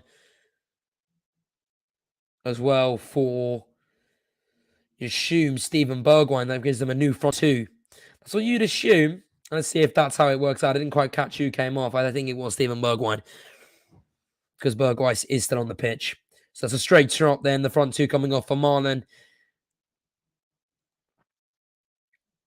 and Danjuma. And in the midst of that, Denmark have gone to a back four then. But just as that, Marlon breaking around the left-hand side, he's going to try and break into the box. He's got a lot of time. Crosses that ball in. It's dealt with well, though. There's no one on the edge of the box for Netherlands. And now Denmark look to break. Dolberg trying to make something happen, trying to get away from Dumfries and co. However, he couldn't, and the ball was ended all the way back up at the Denmark goalkeeper. And there was a substitution, as I was saying, for Denmark. Denmark going to a back four then. It looks like it was Vestergaard who came off for... I wasn't quite sure who it was. It might be Brun Larsen who he came off for. But they can't score if they haven't got the ball. It's Bergwijn. Curling spray out to Dumfries on the right-hand side, who goes back inside to the lit, who's always been there. The ball playing centre-back. Cooper Myers, who's had a great game today, done everything that's been asked of him. Him and De Ligt have controlled the midfield so far this evening. They've got 30 minutes to continue to do that. De Jong tried to flick it into the court, into Bergwijn, couldn't. And it's going to be a foul to Netherlands, who ought to play it quickly into the feet of Marlon. But once again, they end up going back. Denmark not letting them go forward, not letting them break away. But Denmark win the ball back. It's a loose touch by Eriksson. And Netherlands want to have the ball again then. It's a lovely little bit of skill from Frankie de Jong. Looks to play it forward and then ends up dragging the ball back. Plays it to Cooper Myers. And the ball's now ended up out. All the way out to Malaysia. It's now Daley Blind, who looks to have moved into that centre-back position. And Malaysia maybe is now playing in a left wing-back. It'd be interesting to see how that works out. But right now, that looks as if that is the way it's going. Now it's sprayed all the way out to Malaysia then, who's got a little bit of time. Denmark get across well, but he's cut inside beautifully. Tries to find Bergwijn on the edge of the box. Hurry fires high and wide. No trouble there. All the way into Rosie. Kasper Schmeichel was going to opt for the short free kick then. Anderson and Nelson were his options, but he's opted for Nelson, who's going to bring the ball out slowly. Netherlands bodies around him. Great shielding there for Kasper Dolberg, and he's won a free kick. Højbjerg plays it quickly. Plays out wide to Olsen, who's then gone back to Christiansen. And now back in their own half. Anderson goes back up wide to Christensen, again plays backwards to Pierre-Emile Højbjerg, who goes forward to Christensen, then gets the favour back and goes to Højbjerg.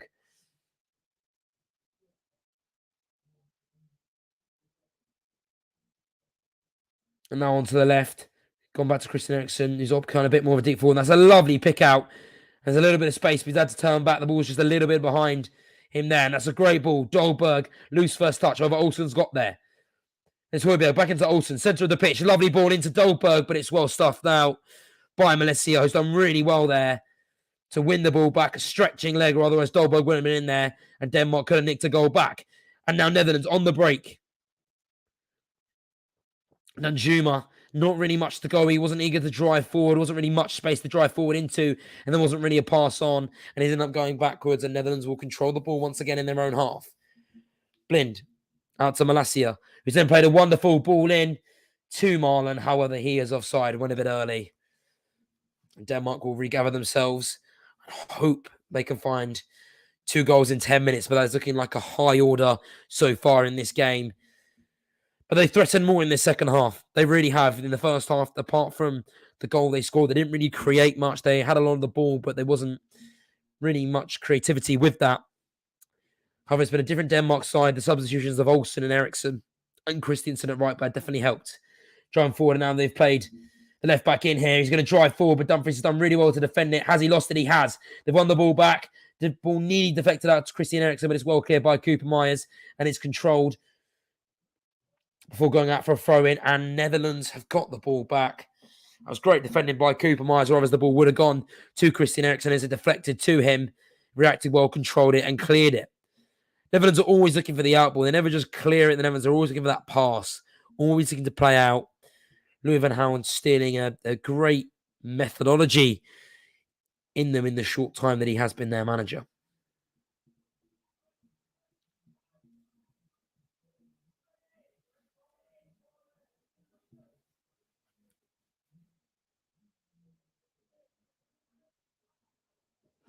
It's a throw-in. It's a loose throw-in.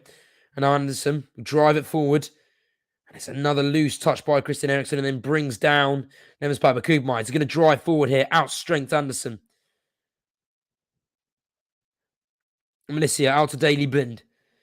Now Netherlands, they're just really happy to slow this game down. The 2-goal lead. There's no need to rush. There's no need to force things. It's been a great game management from them since they conceded that goal early on in the second half when you thought that Denmark could be staging a comeback.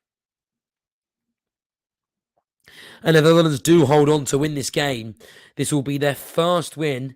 That's a great ball in, and there's just a bit too long, and Schmeichel comes out and collects it. This will be their first win in an international friendly. That'll be their fourth win out of their last 12 friendly matches on home soil since June 2015. That's a poor pass, and there might be a clash of heads here. The referee is going to stop it. It's Dumfries. That looked like a nasty clash of heads. The referee was straight onto it. Both of the players running around. I think it was Dumfries and Mahaley.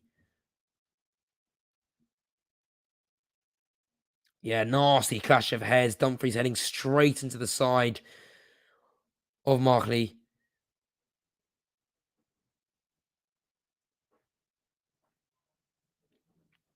Let's see. Hopefully both players are okay, because that was very nasty. But as I was saying, Denmark, they a loss today will see them extend their winless run in friendly matches to 14 games, extending since 2013. How a team can lose friendly matches but then win in competitive matches on the road is very confusing to me. It really is. I don't know how that happens. And then it is Mahaley who looks in severe comfort. Dumfries is back on his feet and he looks okay. But Mahaley is, he looks in severe discomfort. It was him who got the brunt of the clash as Dumfries, in an attempt to go for the ball, headed straight into the head of Mahaley. The Denmark bench looking around. 6 changes made so far for them. Dumfries is okay, definitely. Let's just see if Mahaley's okay. Hopefully he gets back to his feet soon.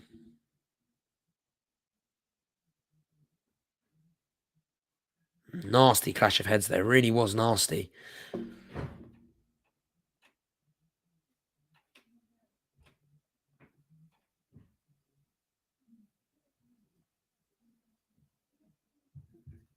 He's still down on the comfort. It's down the ground here in some severe discomfort. Hopefully he's okay to carry on, but with the concussion protocols, he might not be able to.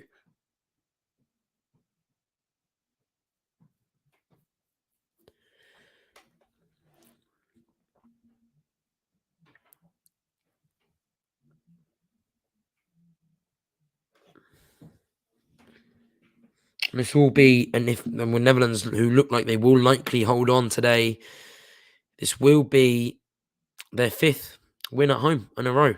And they've scored at least twice in each of those. They've amassed 18 goals in total, which is an incredible statistic, and there's a reason why they've scored 4 goals today. Now, Kasper Schmeichel has gone over to Mahaley and the medical staff and has run back over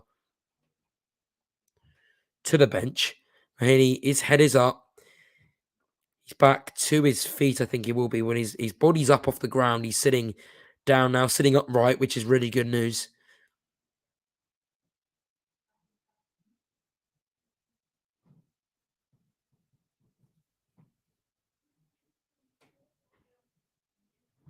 There's some of the Denmark fans, they look like they might be on their way home in Mahaley as Bach was getting in the first half. getting the bandage treatment, getting the band wrapped around him.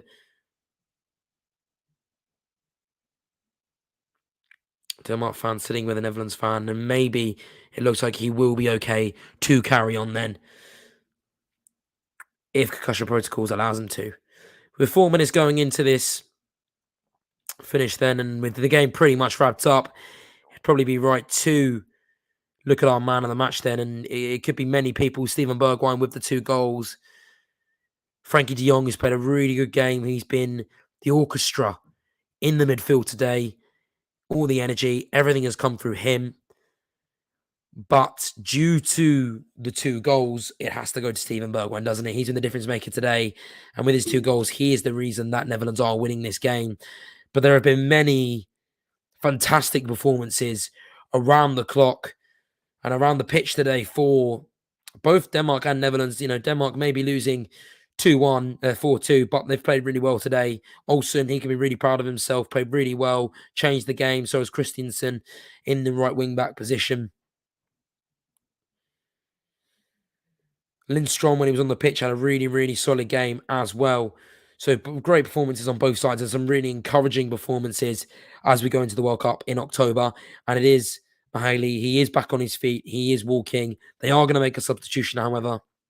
It is going to be number 17, and that will be Billing, who is the Bournemouth midfielder. So they're going to go attacking here. I don't know if Billing can play left wing back, but maybe they're just going to remove that position for now. We're just 3 minutes going and play Billing in the midfield. But the Bournemouth defender will be coming on to see out the final 3 minutes of this game at the Johan Cruyff Arena. And it will be a drop ball situation then. Billing not ready just yet, so Denmark will have to play the next 2 minutes with just 10 men. And it's Netherlands who will receive the ball. And on the way we go here after that little bit of stoppage, and they're inside their own half now, Netherlands. They'll take a goal if they can find it. However, they'll be pretty happy. And Billing might not be coming on then. He's getting his coat back on the substitute bench. Mahaney might be able to carry on, or they might be choosing to play the last 10 minutes, or he could just be keeping warm until the ball goes out of play. And it will just be a case of managing this game at the moment then for Netherlands. They've managed this, like I said before, since Christian Eriksen scored his first goal on return. They've been really, really good at managing the game well. However, they could be on the break here. Kasper Dolberg controls it well after a pass on Pierre-Emile Højbjerg. Gets it around the corner to Christensen on the right-hand side in their own half. Does really well to Norgård. Find him a little bit of space. Norgård, he's got Christian Eriksen to his left. Doesn't find him. Has ended up going backwards to Christensen. And the Denmark centre-backs will control the ball. It's Mahaley who had the ball, and he's played it all the way back out to Christensen.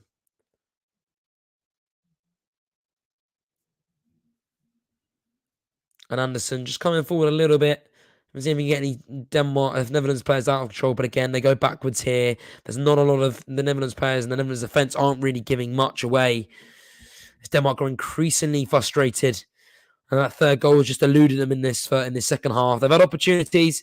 Christian Eriksen hitting the bar.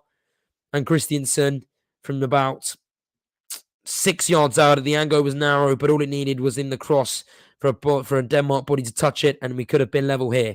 Once again, Christensen playing to Olsen. We've seen that link up really well. Who comes back inside to Højbjerg, who finds Christian Eriksen just in the centre of the box. He might go for the shot, doesn't. And they tried to get it out to Olsen, but couldn't. But Denmark still retain possession here with the right back. Now it comes to Norgård, who then tried to play it to Dolberg, but I think he done with him too well. The eyes pointing one way. Dolberg didn't have a clue, and Netherlands retain possession. They're trying to escape. 6 minutes added on time, then we will have. That will obviously be for the clash of heads between Dumfries and Mahaley. They have Mahaley down on the floor for some time. And it's sprayed out wide from the Netherlands goalkeeper to Mauricia. Who cuts back inside. He's just going to look for the easy pass here. No need to risk anything. No need to do anything stupid now with the final 5 minutes of this game. De Jong, though, always looking to pass forward. He's been wonderful to watch today. And that's Marlon out on the left-hand side. Going to try and get past Olsen here. Tries a fuse in and out. Doesn't. But finds Mauricia really well. However, it's a poor pass from Mauricia as he tried to cut in pass inside and couldn't find it. And it's come to Højbjerg. Turns well in tight space. Then it's played out to Dahlberg, who does really well, really strong. And it's going to be a foul to Denmark. Daley Blind, the culprit there. And it's a foul inside Denmark's own half. And they'll probably play it short. They'll probably go back to their centre-backs and see what they can do from there. And what will both managers take from this game then? Well, you've got to think both teams will be very pleased with how they've played. Netherlands have played some really good football at time, going back to the Netherlands of old, and that's been really, really good to see. If they can do that on a more consistent basis, that is the challenge for the Dutch team and Louis van Gaal's side as they approach the World Cup this winter. As for Denmark then, well, they know what they're capable of. They know their identity. Today, they've played okay, but maybe they just lacked that bit of quality in the end. But here we go. It's Christiansen. Sprays it out wide to Olsen, who's going to try and cut inside. Does really well. And he might go for the shot here. Does go for the shot. Goes inside. That's a really good save by Flekken. And it was a real slow shot, but I think Flekken was probably blinded by the amount of bodies in the middle because he didn't get across quickly. It was a real slow shot, but that's a real good fingertip save. It might have been going wide. Flekken couldn't be sure. And for safety purposes, put it out for a corner. It's going to be a ball in here by Christian Eriksen with about 4 minutes left. Can they get a consolation goal, or can they get a goal that might inspire a Steven Bergwijn-esque comeback? 2 goals in 2 minutes.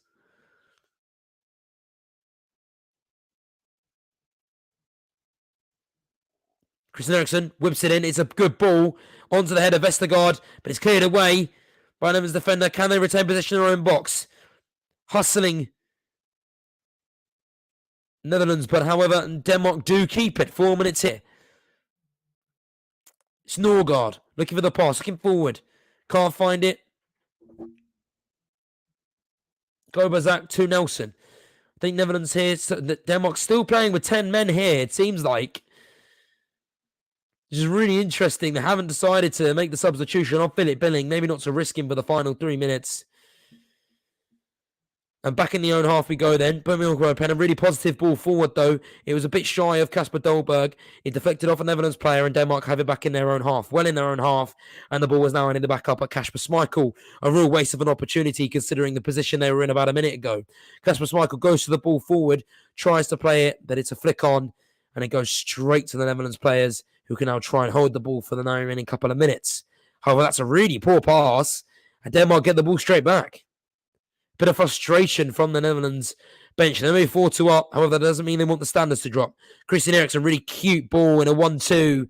And now it's back out to Christian, who's playing a bit more central now. Len Olsen had the roam at the right-hand side. And Olsen, once again, is going to try and drive inside. Gets the better of Milicia. Has a bit of room, crosses it in. But it's really well dealt with there by De Ligt. But the header comes straight out to Milicia. Passes the first time to Eriksen, and then it's a poor pass. Milicia will try to outstrength Christiansen. He does do that, and now it's a Netherlands corner. 4 minutes and 15 seconds played of injury time. Christian Eriksen, once again, his corners really having trouble people. He's only had 2. 1 good delivery, 1 poor delivery. Let's see what he can do here with a minute and a half remaining.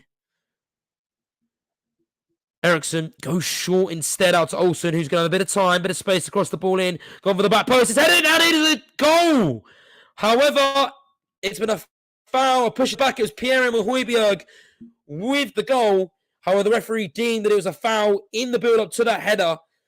And Netherlands do not get that third goal. I think it was a push as Pierre-Emile Højbjerg went to get the header. It was a ball in by Olsen towards the back left-hand post. Virgil van Dijk jumped. Højbjerg pushed.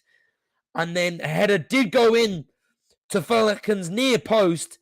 However, the referee straight away decided that that was a push and the goal will not stand. I don't know whether they're checking VAR for this. Maybe. Or the referee will play on. There's nothing really happening so far. The referee raised play on. And VAR have decided that there was a push in the back. And that should pretty much see it out then. With 30 seconds left. Netherlands are just going to play it around the back. Again, they tried to go up to the attack, but they will just see this game out. It's pass it around the centre-backs. De Jong once again going forward with the ball. How many times have I said how much I've enjoyed watching him today? Still, the Netherlands forwards making runs in between the channels. But the Netherlands reluctant to force anything. Just happy to see this game out. And I think so are Denmark now, as I say that, Olsen presses the ball. These are professional footballers. They're never happy to admit defeat.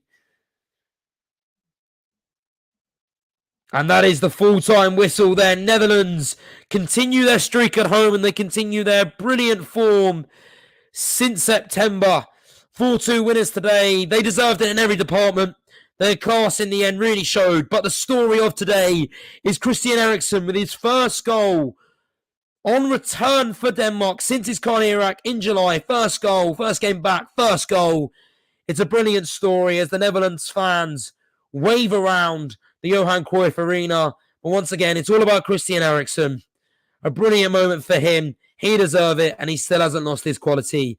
Netherlands, though, today, they run out 4-2 winners. They can bank 2 goals to Steven Bergwijn today, who is my man of the match. He was brilliant. Though Frankie de Jong was also the orchestra in the midfield.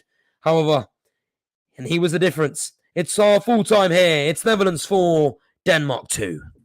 Thank you very much there, Josh, and great coverage of that friendly there between the Netherlands and Denmark as well. Of course, the Netherlands were 3-1 up at half-time. Bergwijn, Ake and Depay on the score sheet. Vestergaard, obviously scoring for Denmark. And then Christian Eriksen came on off the bench. It was only 2 minutes or so after entering the field of play that Christian Eriksen was on the score sheet once again. And what a fairy tale that is for him, as I'm sure he probably dreamt of that last night. And obviously coming on off the bench and within 2 minutes got his side back into this game. It wasn't to be because obviously Steven Bergwijn grabbed another goal as well and made sure of the victory for the Netherlands there, who ran out 4-2 winners in the end. But as Josh just said there, you know, the day or the night or whatever you want to say has to go to Christian Eriksen. You know, Steven Bergwijn for Netherlands, of course, had a lot of say on this game, but Christian Eriksen come on and he was on the pitch for just a matter of minutes, and then he was back on the score sheet again as well, wasn't he, Josh? And what a beautiful sight that was to see. Yeah, it was wonderful to see. It's a magical moment, and it's why we love football, to be greatly honest with you. I should have probably given my man a match to Christian Eriksen, but there we go. And to see him still have that quality, because after his cardiac arrest, there are always going to be questions over his fitness and also questions over whether he'll still be able to play at the same level that he did. And he still did that. And that's so good to see. You know, even at Brentford, he's still been able to pick out those balls that he would for Tottenham and Inter Milan and Ajax as well. And that finish was just pure Christian Eriksen quality, but it just wasn't the goal. He hit the ball as well, and he changed the game for Denmark today. And it's really good to see that he still has that effect and he's still got that quality. So if I could change my man of the match, I would, but it does go to Steven Bergwijn, who was really good today as well. Yeah, 100% I have to agree that Steven Bergwijn was fantastic for the Netherlands. And, you know, I think just for today, we should probably have 2 player of the matches or 2 man of the matches. One for having a big difference in terms of the scoreline, but also one for having an impact on the game in the way that Christian Eriksen did as well. Yeah, if we can do that, if we can cheat the system like that, we can. But yeah, to be honest with you, I mean, for Netherlands, I think it easily could have been Frankie de Jong today. He didn't score a goal, but he was incredible, and you can really see the effect that Xavi is having on him at Barcelona. He's always been like that, don't get me wrong, but just the quickness in that play, you know, he's always looking to go forward. He's just playing on a different level today, and he was brilliant. So yes, he maybe wasn't the difference maker, but he was incredible today. He was untouchable in that midfield, and Xavi is really taking his game to the next level with Barcelona. Yeah, 100%. And sort of, you know, when you look at this Netherlands side, obviously there's plenty of quality in this side, you know, from the starting lineup to the bench as well. Obviously, you know, the likes of Steven Bergwijn, obviously Memphis Depay, obviously, as well as the, you know, Donyell Malen, obviously Bergwijn. You know, they've got some real talented players in this ranks, sort of the Netherlands here as well. You know, without even going to the likes of Wijnaldum, who remained on the bench as well. So they're certainly in good stead, aren't they? The Dutch national side at the minute. It depends what, you know, Netherlands team is going to turn up. They're very much inconsistent. They proved that in the Euros, and they proved that with their World Cup qualifying form. They're very much up and down. If you get the Netherlands team that is on their day, they are probably the best team in Europe right now. if you catch a Netherlands team that are off, they can be beat by anyone. And that means anyone. Obviously Czech Republic are a really good side, but they're poor when they're poor, but they're amazing when they're amazing. And today they were incredible. Hopefully they're going to start bringing a bit more consistency into their side now. Since September, they have been pretty much consistent. As I mentioned, 17 points from 21 games. That's really, really good form. So since that defeat in the Euros, it really seems like it's given them a kick. It seems like it's really made them butt their ideas up, and they've been able to play good football, and good football at all times. And it's all about peaking at the right time. And it feels like this Netherlands team are peaking at the right time. If you look at Italy, they're undefeated in 50 matches before their European Championships win. I've got a feeling this Netherlands side could be on the same sort of level. They're peaking at the right time. They're playing some really good football. Let's see if they can sustain that in time for November. But they're in a much better place than they were before the European Championships. Yeah, I have to agree with that as well. And obviously, you mentioned the Italians just then as well. And of course, they're not going to be at the World Cup, having lost to North Macedonia in midweek. And that was a big shock as well. And, something that, will certainly play into the likes of Netherlands' hands. It definitely will. I think it will play for anyone's hands who are hoping to win that World Cup, whether you're Argentina, Brazil, European teams. It does. As for the Italy result, that was kind of a fluke result. But again, it's why we love football. It's magical. It's a fairy tale. But they'll look at that Italy result and think, this is our tournament to win. Equally, for teams on a similar level like North Macedonia, they'll also look at that and think, you know what? Each team I can get at, and I think that is the case for this tournament that's upcoming. Each team has their weaknesses. We haven't really got a team right now in the past, like your Germanys and Spains, who are just dominant and will wipe the floor with anyone. These minnows of the teams, I'm thinking like Canada's, your Ecuador's, teams like that, they could easily go out and beat a European team. They could beat an Argentina and Brazil because neither side is dominant. So this is actually one of the most open World Cups we've had in many, many years because each team has their weakness. And that is a really, really exciting prospect come November. So it works both ways. The Giants, they're going to be equally happy to see Italy out, but also the minnows and the times, the underdogs, they're going to be looking at that result and thinking, you know what? We can beat any of these. If North Macedonia can beat the European champions, we can beat any of these European or South American teams because they're not that special. Yeah, and of course, North Macedonia have got Portugal next in the finals as well. And of course, they've already beaten Germany as well. They gave Italy, I think they got a draw in Italy as well. It might have been earlier this year or last year. So, they're a side that Portugal have to be wary of as well when it comes down to Tuesday's match, I should say. Yeah, I was lucky enough to be commentating on or reporting on the Portugal-Austria match Portugal-Turkey match on Thursday. And it was really good to get a good look at Portugal because it's like with all that quality, how did they end up in the qualifying round? And the standout weakness of Portugal is how up and down they are in a match. They're so hot and cold. One moment they score, and then they let Turkey dominate the ball, and they seem to just switch off. And Turkey had a lot of, they didn't really create much in that game, Turkey, in that first half, but they were dangerous. And then they got their second goal, and then Turkey got that first goal. And they pretty much dominated in the second half. Portugal, they didn't really get a lot of the ball. They didn't really create much. And Turkey, Portugal got lucky. Yilmaz missing that penalty that would have taken it to extra time. And I think if it had gone extra time, Turkey would have run out winners in that game. So Portugal at the moment, it just seems like they don't really know how to play as a unit. They rely on individual moments of quality to get themselves through. So North Macedonia are going to take a lot of confidence from that game against Italy. Again, it was a fluke result. Italy were dominant for 90 minutes. Let that be said. It wasn't like North Macedonia, really took the chainsaw to Italy or, gave them a game. They were outplayed in every single aspect. They just got a bit lucky.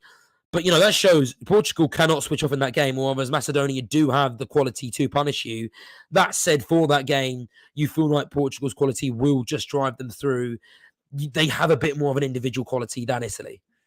Yeah, and I was looking at the stats as well, obviously, on that game on Thursday. And, you're right to mention that the Italians were dominant apart from the result. It was something like, I believe, 32 shots on goal for the Italians. And the North Macedonian defence were just able to stand up to it. And if you're able to stand up to it, then, you're always in a game, aren't you? And when you come into the final stages, you've always got that opportunity to put yourself. So the opportunities will come for you, I should say. And if you take one of those, if you defend that well, then you pretty much deserve your place, really.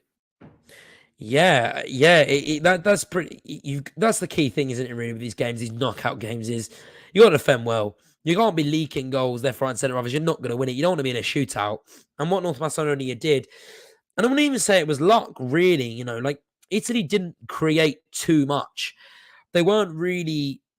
They created chances, but there wasn't any glaring chances, I don't think, because they do lack that striking presence. So North Macedonia are really good defensively, and I guess they did what they set out to do, and they got one chance, and they took that one chance. You'd assume that's going to be their game plan for Portugal next time when they face, and why change that? It clearly works. Be solid defensively, and if they can do that, that will give themselves an opportunity to try and nick one of the dying embers of the game. And before we just wrap things up with a final bit of on this game here, we've got to touch on England. Of course, 1-2-1 earlier on against the Switzerland, of course, and Switzerland side. Sorry, of course, and Bolo scoring for Switzerland, and then obviously a wonderful goal from Luke Shaw to equalise just before half time, and then Harry Kane scoring to equal Bobby Charlton's tally as well, and then obviously that being England's 100th successful penalty conversion as well, converted penalty, sorry, I should say, as well. So Harry Kane, obviously, it's a top player, grabs another goal and is only one away from beating that record out right now, of course, with the Ivory Coast to come on Tuesday, and you wouldn't bet against him doing that. Yeah, he is an incredible player, Harry Kane, and he seems to just get better with age, and it's his overall game as a striker that's been incredible.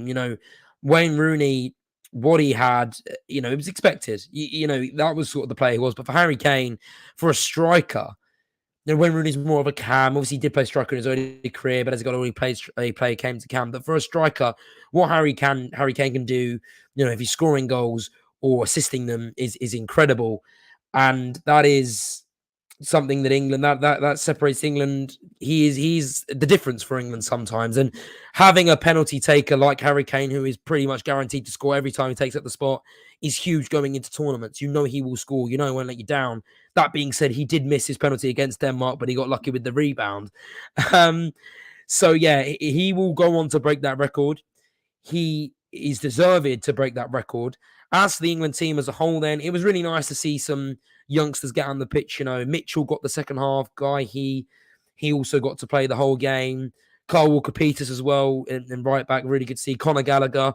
There's some real good talent across the board for England, and that was really good to see today on show. The performance was okay. You do get a sense with England they're getting a bit of a European Championship final defeat hangover a bit, and that's expected. But they're bringing in new faces. We're in good hands. Even if this old generation goes out, this new generation is just as good. And let's hope, as we all are, we're meant to stay neutral here, but we all are fans of England. We're all English. Let's hope that come the World Cup, they can go that step further this time. As I said, it's very open, so there's no reason why they can't. And just finally wrapping it up on this game, of course, Netherlands 4-2 victors over Denmark. We kind of touched on Netherlands quite a lot, and obviously, we touched on Denmark a little bit with Christian Eriksen there and him coming back and scoring. But as a whole for Denmark, where can they go when it comes down to the World Cup as well? Because, of course, in the Euros, they were, one of the sides who surprised a lot of people. They can reach the final. There's no reason why not. They're ranked 9th in the world. So that shows you that they are the 9th best team in the world. The World Cup qualifying, they nearly got 4 points. They nearly won every single game. It was the nothing game against Scotland for them. Obviously, it was a massive game for Scotland in which they lost. So they can get to the final and they can win it. They're as good as everyone on their day. The good thing about, they remind me a lot of Leicester, last year's Leicester. They're very balanced. They're a balanced team, and I think it's very underappreciated how good a balanced side can be, and that's what Denmark have. I do think what they lack and what the difference will be for them is their individual quality. Apart from a player like Christian Eriksen, they lack a player with flair. They lack a player that will just turn the game on, that these big teams have, these big nations have. However, on balance, they can win it. So if they get it right, if they peak at the right time, they can go all the way. There's no reason like that. And again, that's shown with the fact they are the 9th best team in the world. Okay, Josh, thank you very much for that. And of course, thank you for covering this game as well for your first TC Hub game, Netherlands against Denmark. And great way for you to start your TC Hub journey as well with a 6-goal thriller there. Yeah, it seems, whatever game I commentating on, I normally get a lot of goals. So I'll stick around. Hopefully we'll get a lot more goals here. I'm sure that's certainly going to be the case. And that was a very thoroughly enjoyable listen, that one. And really, thank you for having me as well. Appreciate it. Cracking job, mate. Very well done. So thank you. Again, good hosting from you. Cheers, mate. We're going to wrap it up there now. Of course, the Netherlands 4-2 winners over Denmark. Of course, the story of the night, though, as I mentioned, has to go to Christian Eriksen. Was named on the substitutes bench for Denmark today. Come on, and within 2 minutes or so, he's on the score sheet. And as I said, that's something I'm sure he dreamt of last night. And football is a wonderful game, and that's exactly why Christian Eriksen suffered, a cardiac arrest, of course, on Euro duty last summer, and he's come back into the fold for Denmark, and within a couple of minutes has grabbed himself a goal. Obviously now he's at Brentford as well when playing his trade over in the Premier League. And what a beautiful touch that was. Christian Eriksen coming on and having such a big impact on this game. The Netherlands have won the friendly by 4 goals to 2, with Steven Bergwijn grabbing a brace, but the night has to belong, I should say, to Christian Eriksen.